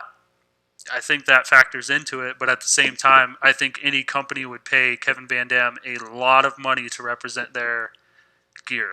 So now he switched to Lew's. I throw a Quantum Tour rod. It's the Tour Edition that Kevin Van Dam used to throw on tour, but now he doesn't because he's with Lew's. I love the rods, and the good thing about them is that since Kevin Van Dam left, Quantum put them all on sale because they have his name all over their rods now, and he's not with them anymore. So now's the time to buy them up. Ooh. I throw it on 10-pound line, fluorocarbon, a Braze X, and then I use an Abu Garcia winch, which is a very cheap reel. But if you watch Tactical Bass, and they talk about it a lot, and they say that it is their favorite deep cranking reel, and these guys have tried hundreds of reels. So after I watched that video, I bought it. I also have an Okuma Komodo 273, and these are low ratio reels. And that's so you can get that bait down there. Basically, it's not high speed at all. It is low and it's powerful, and you can get these baits down to the bottom quickly. And having the right gear for deep cranking, I'm talking like 25, 30 feet deep cranking. A lot of people get worn out throwing it because it does, but if you have the right gear, it'll help you. It'll help your stamina out a lot better. The people that throw it on the wrong gear, like too light of a rod, yeah, you're going to get tired. Your wrists are going to hurt after a long time. But that Quantum Tour rod, I love it. I can send you a link of exactly what rod it is. It's specifically made by Kevin Van Dam for deep cranking, to throw this bait, the 10XD. He built it to throw the 10XD. And there's tons of videos on on YouTube. Just type in Kevin Van Dam deep crankbait, and he links all his rods and stuff in the descriptions. But that's where I have 5 of them. So I like them a lot, and I've never changed because I don't lose fish. If my fish ever start coming off, I'll change, but right now it's just what I like to throw. So just since you've been talking, I knew that KVD went over loose. I did not, and Joe, I've thrown that Quantum rod that he's talking about, and it makes deep cranking easy. Like, you feel it. Yeah. You don't feel it in your arm. You don't feel it in your forearm reeling all day. So just since he's talking, I just went and bought one. It's a $160 rod. They're on sale right now for $89.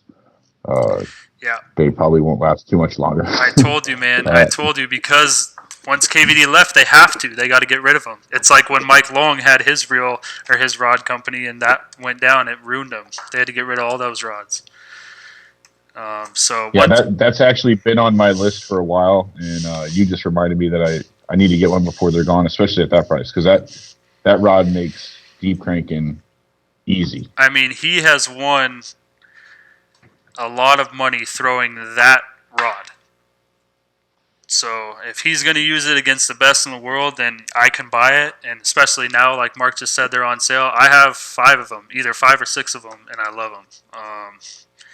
And they're not that expensive. I mean, especially now. But 7-Eleven, it's the 7-Eleven rod.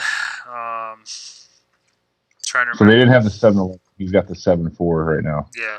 7-Eleven probably sold out. But that 7-Eleven was designed to throw that crankbait a long way, because that's the key in those deep crankbaits. Is it's tough from a kayak to make a far cast where you can get this bait down to 30 feet and cover that 30 feet. Because obviously when that bait goes down, it's still coming towards you. So you want to make a 50-yard cast.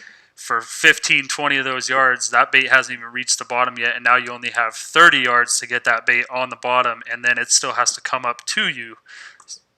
So you're really only down there on the bottom for 20 yards, if you get a good cast. That's why having a graph and finding out exactly where those rocks are that you want to crank over, and then casting way past them. And then making sure there's just enough distance between you, the rocks, and where you're going to cast. Can you send me a link for the rod? Yeah. They don't have the 7-Eleven. It's only the 7.4. When you were talking about it, I was like, I'm going to buy one right now. But the 7-Eleven's gone. Did you get it off Tackle Warehouse? Yeah, I'm on there right now. Okay. I'll look for the rod, Greg, because I have some eBay companies that I know of that sell rods that I've bought from. and there's a guy on there that gets quantum stuff for cheaper, and I'm sure he's selling them cheaper. So, are you on the SoCal Kayak Anglers page? Yeah, he's on there. Okay. I will find you for sure. Um, if we're not friends already, I'll message you. I need faces. I'm not good with names, so I usually have to know what you look like before I recognize anybody. For whatever reason, I've always been that way. But I will for sure I'll do my best to find you that rod.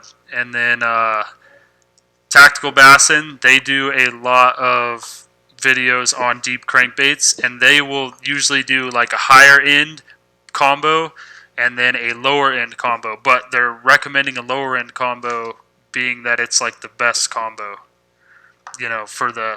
for being a lower end. So I would recommend watching their deep crankbait videos for sure. But yeah, I mean, I'll go out and crankbait anytime somebody else wants to. I love it. It's my favorite thing. Murray off the main points. You can get him. Hodges, you can get him. You just lose a lot. El Cap. Yep. What else? Anybody got anything else? How many guys? We still have 10 people. What do you guys? What do you guys? Want to talk about next week? That's kind of what I'm wondering. I know Topwater has been close. Both times I've put up the poll, Topwater has been second or third. So I'm imagining that one's probably coming soon. But you guys feel free to add options that you want to talk about. If you guys want to talk about drop shot and for a whole segment, we can do it. I know that guys throw it out here a lot. And I can't remember if I put that option down or not. But yeah, if you want to add options, feel free. Nobody's really been doing it. The only option we got added was "Why Do I Catch Small Fish" by Mark. I don't get it. Which only received 2 votes, and it was by me and you, Mark. Oh man, you know what we didn't talk about? Holy cow! What? Oh. Well, Aaron made a comment, or I think it was John made a comment about an LV500. LV500, I did see it. Yeah, lipless bait. That's another thing I throw a lot in the summer. Robo or Cinco. Well, that's a good fall bait. I mean, yeah, I love throwing the LV500 in the fall. So I will rip a lipless bait through grass. And get bit on it. That's what I like to do. I fish it through grass and I rip it really hard. I have a specific lipless bait or lipless rod that I use only for lipless crankbaits, and I will rip it through the grass, and it gets bit out here at Otay has definitely been my best lake for it. But not really the crawdad colors. I don't do as good, but I know Mark does because I was there for that. But the shad colors in the summer for me, ripping it through the grass, have been good, and then the bluegill colors, if you could find them. And all sorts of companies. I haven't really found one company that's done better. The LV500 dominates, obviously. That's probably the most famous lipless crankbait right now. I mean, not famous, but the hot bait that's out. It's the jackhammer of lipless baits as we speak. But I mean, the red eye shad works. The rattle trap, Bill Lewis rattle trap, will always work forever. Red eye shad 6 cents makes all sorts of good ones. They just made a new suspending one, I bought it. It's going to be awesome to throw. All right, Robo or Cinco, Chris? For me, it'll always be a Cinco. If I had to pick between one or the other. Yeah, for me, it's drop shot. It's a Robo. Weightless, it's a Cinco. Now, there's a lot of guys that are starting to throw the Robo, like a 6 or 7 inch Robo Texas rig. Yeah. And that'll get it done.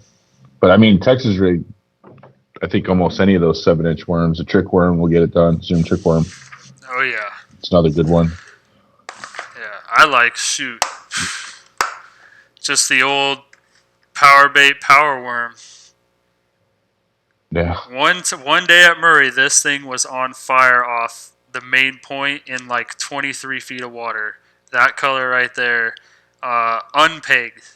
It was unpegged, quarter ounce, and just having that tail with the quarter ounce, it's a slow fall, and you've got that long ribbon tail, and that thing's just as it's going down, and they were hitting it before it would hit bottom. And I was pulling in. They hit it on the fall. Yeah, I was pulling in 19. I had a 19. I got a good fight of that one on video. But yeah, I throw a lot of this one's, that's Zoom, 13-incher ribbon tail. I like throwing the big worms in the summertime. Who else? I think this is another Zoom in the plum. Spro, yes. The Uruku shad. Spro just came out with another lipless. Xing Fu Kai came out with it. Now I'm mad because I don't know what it's called. Yeah, Chris, nickel rig for me is always going to be a Senko. It's just, for me, the Senko is, you can throw a Yum Dinger, you can throw the Ace from Gambler. But for me, I'll always prefer the Senko, the Yakamoto. Yeah. Yeah, me too. It's hard to beat. I throw the Ace because I'm promotional staff for Gambler. I like the Ace, but the Senko is always going to get it done. The Ace falls at a much slower rate than the Senko. I'm looking for that. Oh, okay. Here it is. This is the new one. This is the new Spro lipless bait designed by Xing Fu Kai. He's a MLF guy. I mean, I don't think this is that new. Wamiku Shad 70. So I'm interested to try it out. I got it in my cart right now. If they bring out new baits, I buy them because I'm an idiot. That's just what I do. I can't tell you how many baits I bought that I never use. But if it's new, I buy it because I hope I could find out that it works before anybody else. That's just my thought process, and I don't have any other hobbies. I'm a loser. So yeah, 317 buzzbait. What's your favorite buzzbait? I don't know who's 317. Do you know who? Oh, Mario. Yeah, it's Mario. Yeah. Yeah. I had to go back up and look. I don't think it's new, is it, Mario? I don't know why I thought it was new, but I don't think it is. The Wamiko shad? No. Let's see. I think that's all the questions. Bring in Bryce for a shaky head or Nico. Yeah, we should bring in Bryce to teach me how to throw this stupid flick shake. Because he can get bit on that thing. Bryce would be a great person to have on here. Shoot, maybe I'll get a hold of him.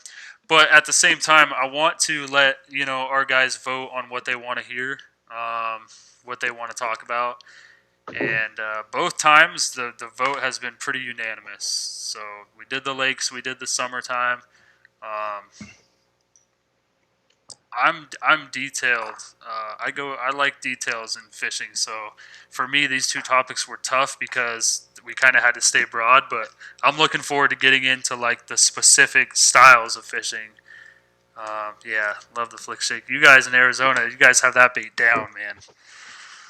Yeah. I try, but I don't know why I can't get bit on it. I've got to be. I don't have patience. I've watched videos on it. All over from Japan, and I still can't figure it out. That's a good bait, the flick shake. If you guys can learn it, yeah, mega bass. Well, we got. You mean mega cash? We got ICAST. Mega cash. We got ICAST coming up in I think July.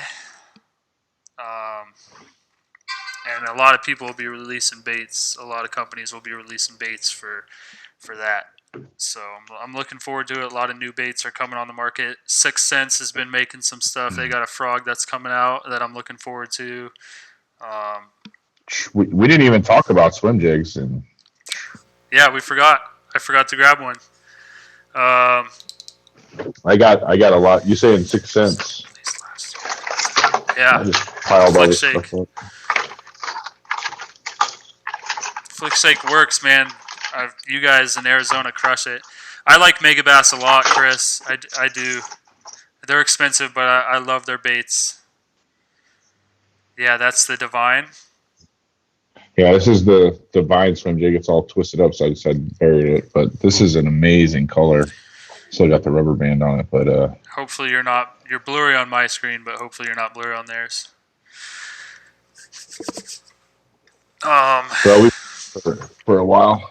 That's me and Mark were talking earlier. That's the bait this year that I want to get dialed in is the swim jig for sure. It's just something that I'm just now gaining confidence in, and I was just starting to get bit on it, and then they took our lakes away. But I've got a lot. I bought a lot, and I'm ready to do it. And when the time comes, hopefully I can get out there if it's still summertime and we're allowed to fish and throw it. But that's kind of like what we've been talking about. There's been a lot of guys in the comments that have said, you know, hey, I want to get good at cranking, or I want to get good at this, or I've never thrown this. For me, that's the type of stuff that, like, if I'm weak at something, I want to get better at it, I'm only going to bring that on the water. That's all I do. Like Mark was talking about with crankbaits, to throw that deep crank, you only got to go out there and throw deep cranks, and you just don't give yourself any other options, because if you bring your comfort items, you're going to go to your comfort items every single time. So a lot of the stuff that I've gotten better at was because I went out and I only brought that rod out. And if you guys know me, I'm terrible at finesse fishing. So I need to get out there and just throw finesse because I suck at it. It's just not what I'm comfortable at. But a lot of you guys are comfortable more with finesse, and you know, we could learn a lot from each other because I'm comfortable throwing reaction. Mark is very well rounded. You know, you can do a mix. You can mix it up. I don't know about well rounded. Maybe in my physique. Thanks for tuning in, John. Man, stay healthy over there. You know, we were thinking about you when everything started rolling. It was like, wow, that's you know, but we knew it was coming our way too. So just stay healthy. Yeah, John. Take care, buddy. Wish you were here fishing with us. That's for sure. Absolutely. For the rest of you guys, what is everybody? What are you guys doing right now? Is anybody like as bored as I am, where they're just out staring at your fishing gear, trying to fix things up, organization, leave the drop shot at home? That's what I do, Chris. But I need to not, because I need to get better at it. But that's what I try to tell people, Joe. Pre-practicing tourney strategies and approaches as a next topic to consider. Yes, we can put that topic down. We can just label it tournament bass, kayak tournament fishing, and then we could wrap in everything into it from weeks out, months out, all the way till tournament day, and then even post tournament. That's something that me and Mark talk about all the time. Me and Aaron Knowles, another buddy that I'm close with, we talk about that all the time. Like I write down notes. I have a notebook. I don't do it on my computer. I do it in a notebook, and so does, I know Aaron does this. I think Mark does this. But I do a lessons learned after every single tournament that I fish, and then before every tournament, I go read all those lessons learned as those tournaments are approaching, just so I don't make the same mistakes, and hopefully I'm getting a little bit better each tournament is what I'm looking for. But I nerd out on pre-practice, on pre-fishing tournaments. So does Aaron Knowles is probably the guy for that. I mean, he'll be like a year out from a tournament, and he'll know everything about what he's going to do, where he's going to go, what he's going to throw, what color the crawdads are going to be during that time. Like he's got the tournament prep down. Probably better than anybody that I know. Come to Arizona? Yeah, I wish. I would love to, Mario. I can't. I can't either. Work does not allow me to. Yeah. Same. I can't travel at all. Yeah.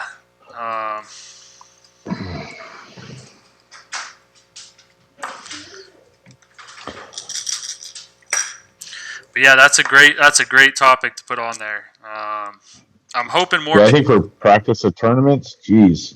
I'm hoping more people start putting in more topics. I leave the option for you guys to add topics just because I know I'm going to forget stuff to put down on there. And if somebody really wants to talk about something, if you want to talk about it, there's probably 7 other guys that want to talk about it. And then I leave the option of voting for multiple things too. So, because I want to talk about them all. Matt, what might be not be a bad idea is only put like 3 down there, and then that just gets people to write in more options themselves. Yeah, you're the president. I work for you, man. This is your deal. It ain't my deal. This is our deal. I just was thinking of any topics I could come up with. You're doing good, man. But yeah, I appreciate you guys tuning in. We're starting to lose a little bit. We're still at 8. I'll stay on here like I did last time until everybody leaves because, like I said, I'm just going to watch more fishing videos. Yeah, that's what I like to do, man. You took away football and sports and baseball from me. I got nothing else but fishing now. So. Well, I've already made a tackle warehouse order while we're sitting here talking. I can't anymore, and you know why.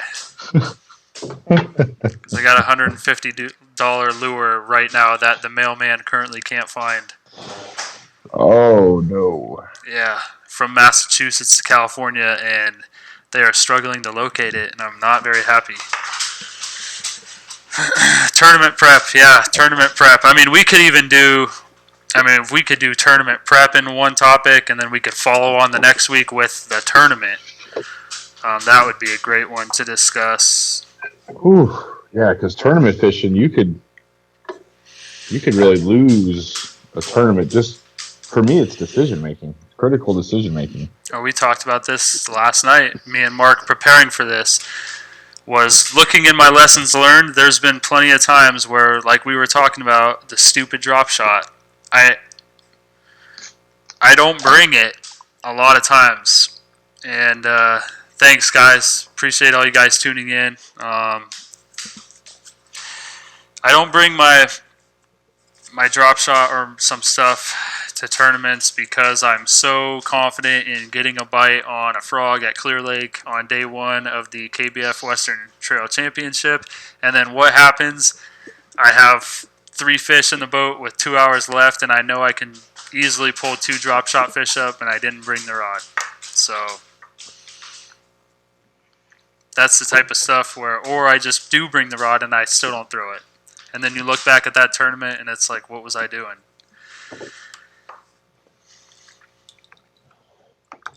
And then that goes into summer fishing too. We were talking about it. You were talking about getting hot, getting frustrated, and your mind not being cleared in the summertime in tournaments. Yeah, and I think that was. I started noticing it doing the monthlies online, and just as I'm driving home or at the end of the day, I'm looking back at why did today go so bad or what did I do wrong, and it was like I started getting hot. And when I got hot, I got unhappy. I started making bad decisions. I started fishing water fast. Yeah.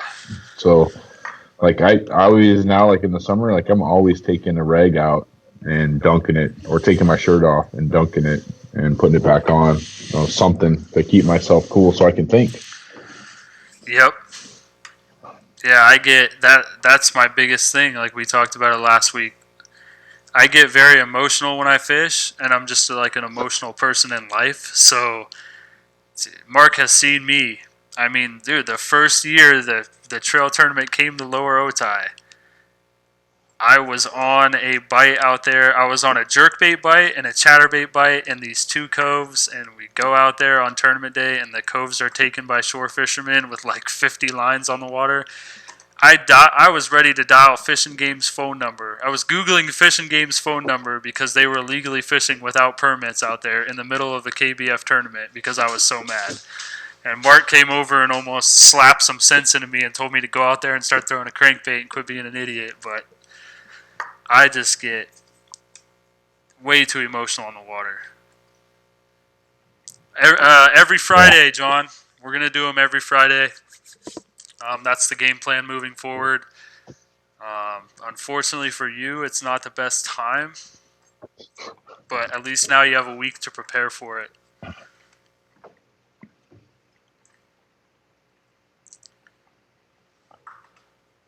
Nice. Mike Stames said, looking forward to our next one. He just messaged me. But again, guys, guys that are still here, there's 6 of you. Let me know if you want to come on here, man. It's not so bad, is it, Mark? No, it's not too bad. Actually, you were worried. Once we got it figured out, yeah. Once we got it figured out, it was easy, right? Yeah. I think. And I mean, we prep, like, we've been in talks all week on what we wanted to talk about, and we have printed up what we're going to go over, what our game plan is. So, like, I over-prepare for stuff. It's what I love to do. So I will over-prepare for this. And if you're somebody that doesn't prepare well, I mean, I'll over-prepare for you, so we'll be fine. And it's just two guys talking fishing, and then with a group of other guys that love fishing. So I don't really know if we're going to be able to bring content that people hate. I mean, I feel like if you listen to the whole thing, everybody's going to learn something from the different anglers that we'll have on here. See you later, Mario. And I'll attest, guys. Like, if you guys want to do it, just send them a message. It's not that bad, really. I mean, really, we drafted up. We overkilled the prep, but really, all you need is an outline, just a couple things, and it's just 2 folks talking, and someone else chimes in once in a while. It's just like after a tournament, guys. That's what it reminds me of: is post-tournament talk, how everything went. You know, what we should have done, what we could have done, and I mean, just learning from each other is the key. And I mean, we're going to get, I'm going to try to get guys on here that are great fishermen in our area, but I want to get guys on here that maybe a lot of us, maybe they're new to the club and a lot of us don't really know them. We could even do a introduce anglers type of thing where we just talk to one person from the club and get to know this person from the club, get to know their strengths, what they like to do, what their mind process is for these tournaments, where they came from, what they fished growing up. Like, I think San Diego is a good melting pot. Our club is a good melting pot, of guys from all over the country, really. So we can do something like that as well, where we just talk to the anglers and get to know people in our club. Because, I mean, I've been here. We did our first club tournament in San Diego out of a kayak, and the only people that I could remember, there was 9 of us at El Capitan. Richard Penny put it on, Aaron Knowles, Kurt Gossett, and then last year I kind of got away from this just because I had stuff going on. I always would miss the tournaments, and then I'd come back and there's like double the people this year than I'd ever seen in this club. So most of these guys I don't know anymore. Yeah, I mean, it's amazing the growth the club has had over the last 2.5 years. I think you look back at the first tournament when Aaron Knowles is sitting at the table at Murray with the notebook. We've come a long way, but it's all of us. It takes all of us. So. And that's what I mean. There's some great sticks in this club. Like, obviously, everybody in San Diego that fishes out of a kayak knows that Steve has won a lot of money against all of us. I mean, there's a reason why my kids ate top ramen tonight, and that's Steve. So I will get Steve on here if he wants to come on here. You guys got to convince him to come on here. I know he was doing some family stuff tonight. I'm not sure if he was in the first one. I'm not sure if he was in this one while we were live. Some guys will go back and watch this. I'm hoping. They probably will be out by this time. We've been on for 2 hours, and this is the time where we just kind of talk to each other. We're bored, answer questions. Yeah, that's a good one, Joe. But for an hour and 20 minutes tonight, there was really good conversations going on about summer bass fishing. So hopefully people watch it. If they stayed around to watch it this long, yeah, I would love to have Steve on and just talk about whatever Steve wants to talk about. If he wants, tell us his secrets, Yeah, I'm sure Steve would come on. Mm-hmm. I'm pretty sure he would. That dude is he's a San Diego stick. He's been fishing San Diego for a long time. Yeah. Yeah, but again, you don't have to especially out of a kayak. You don't have to have plaques and the awards and the monthly wins and all that to get on here. I'll bring anybody on here. It doesn't matter. We could all. There's been plenty of days where, we've all had our days. Everybody's had their days in this club where everybody's just put it on them and then everybody's gotten worked over. So, and everybody knows something different about fishing. Everybody's learned something different about fishing, and that's what we're here for. It's us against the bass. That's the way that I look at it. And we're up against the toughest bass in the country, in my opinion. Every time we go somewhere else, we catch them. SoCal travels well. We always travel well. And I think it's because of how hard our fishing is here. We go somewhere else, and it's like, man, this is, we know how to be patient if we fish Southern California. I think that's a good point.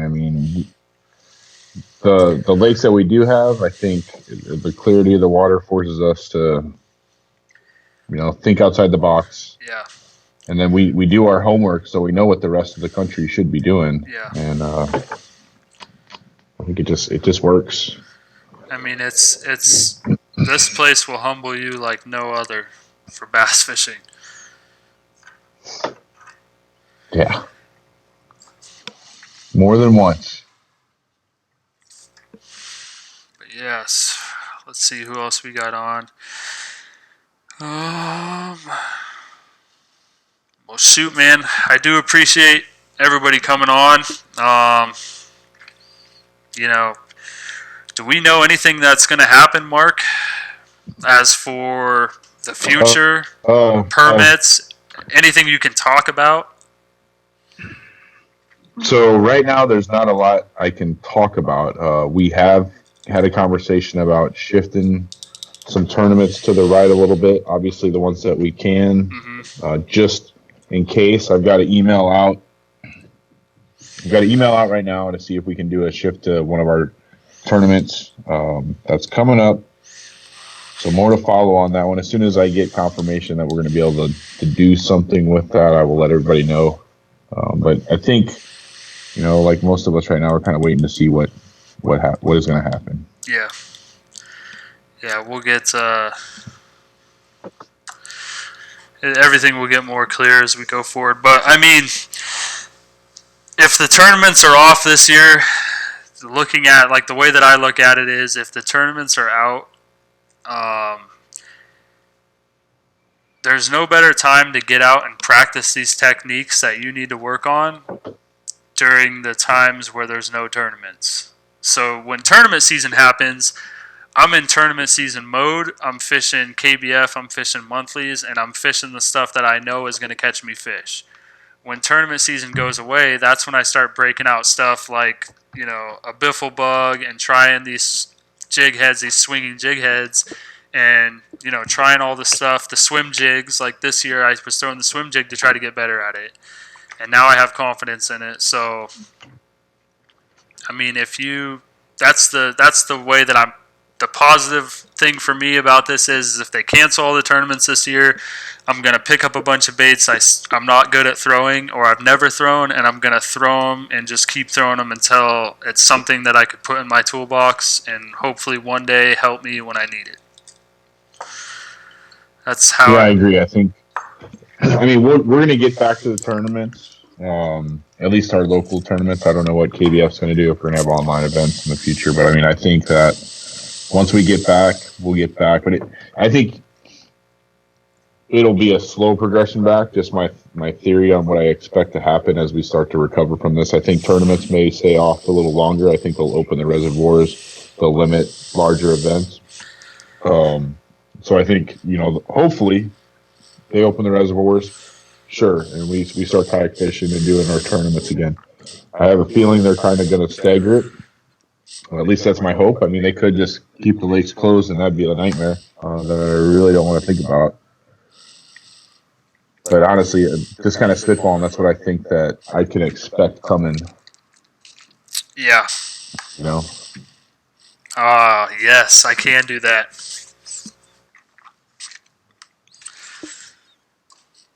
I didn't know that I can put those comments up there, and I just figured that out. What's that? Could put the comments up on the so everybody could read them on the video. Yeah. Yeah, I thought you were gonna do that. I was trying to, but I figured it out now. All right. Well, we only got 5 people left watching, so if you guys want to talk about something, let me know. You guys got any questions or just throw out an idea or anything? I'll stay on and I'll talk bass fishing with you for sure.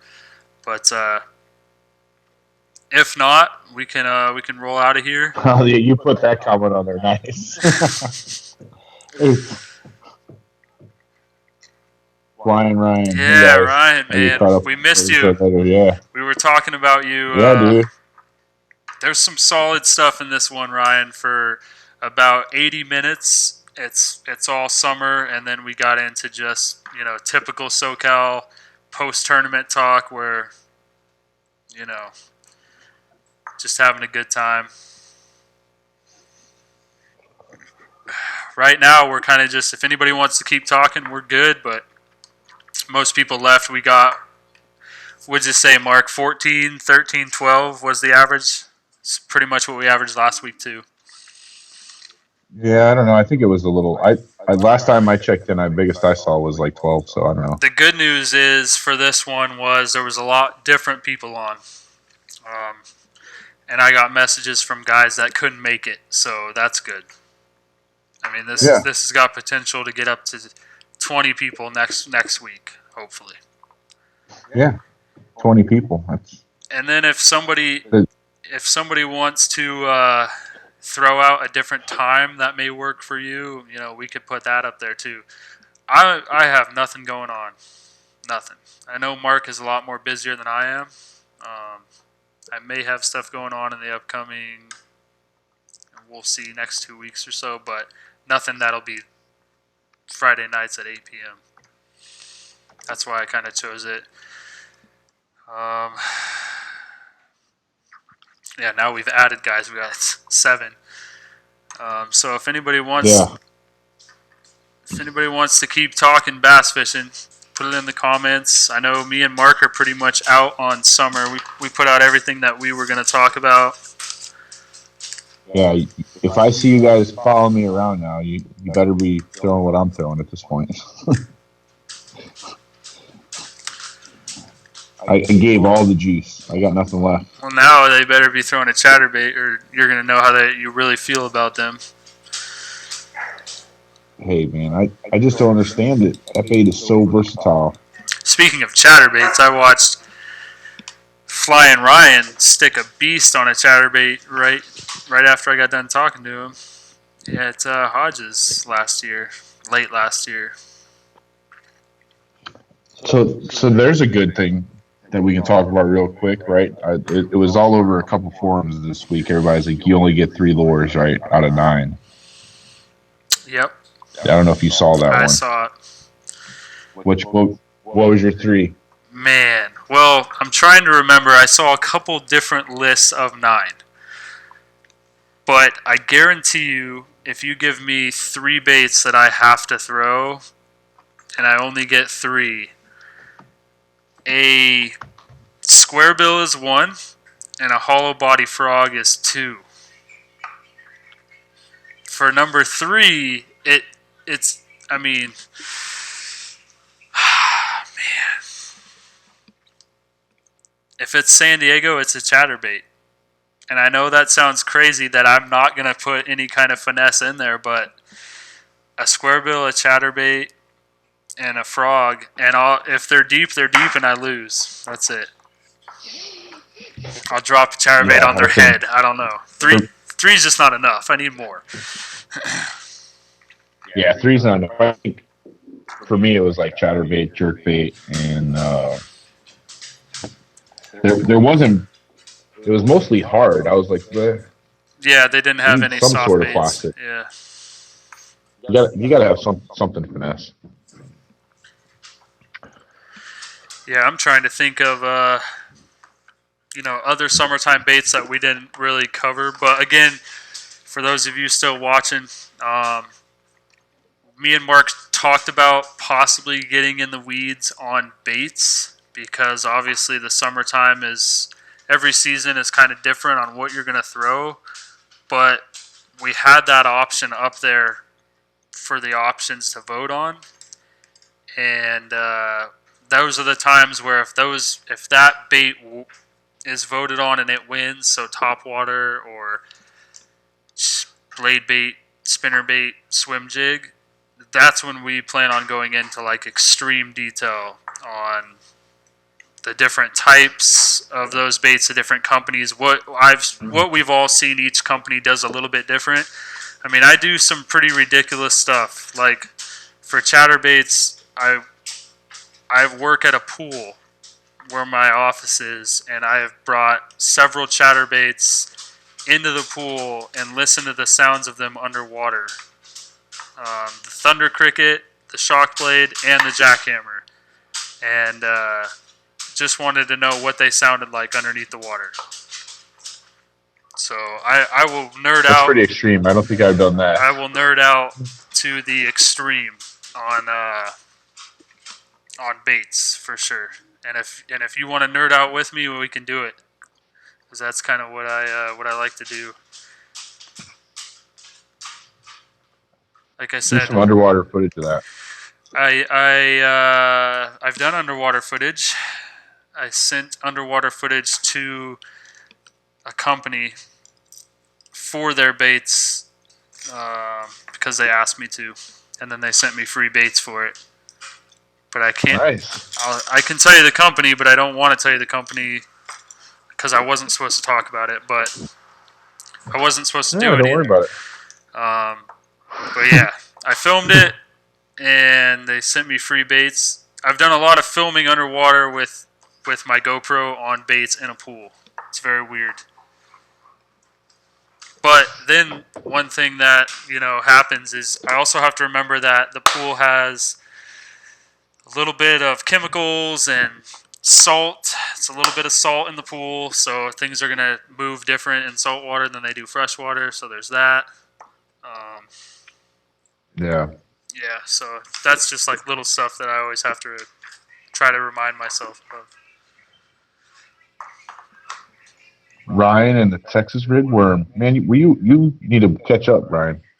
You logged on late, buddy. Oh yeah, we covered it, Ryan. For sure, we covered it. Covered the Texas rig.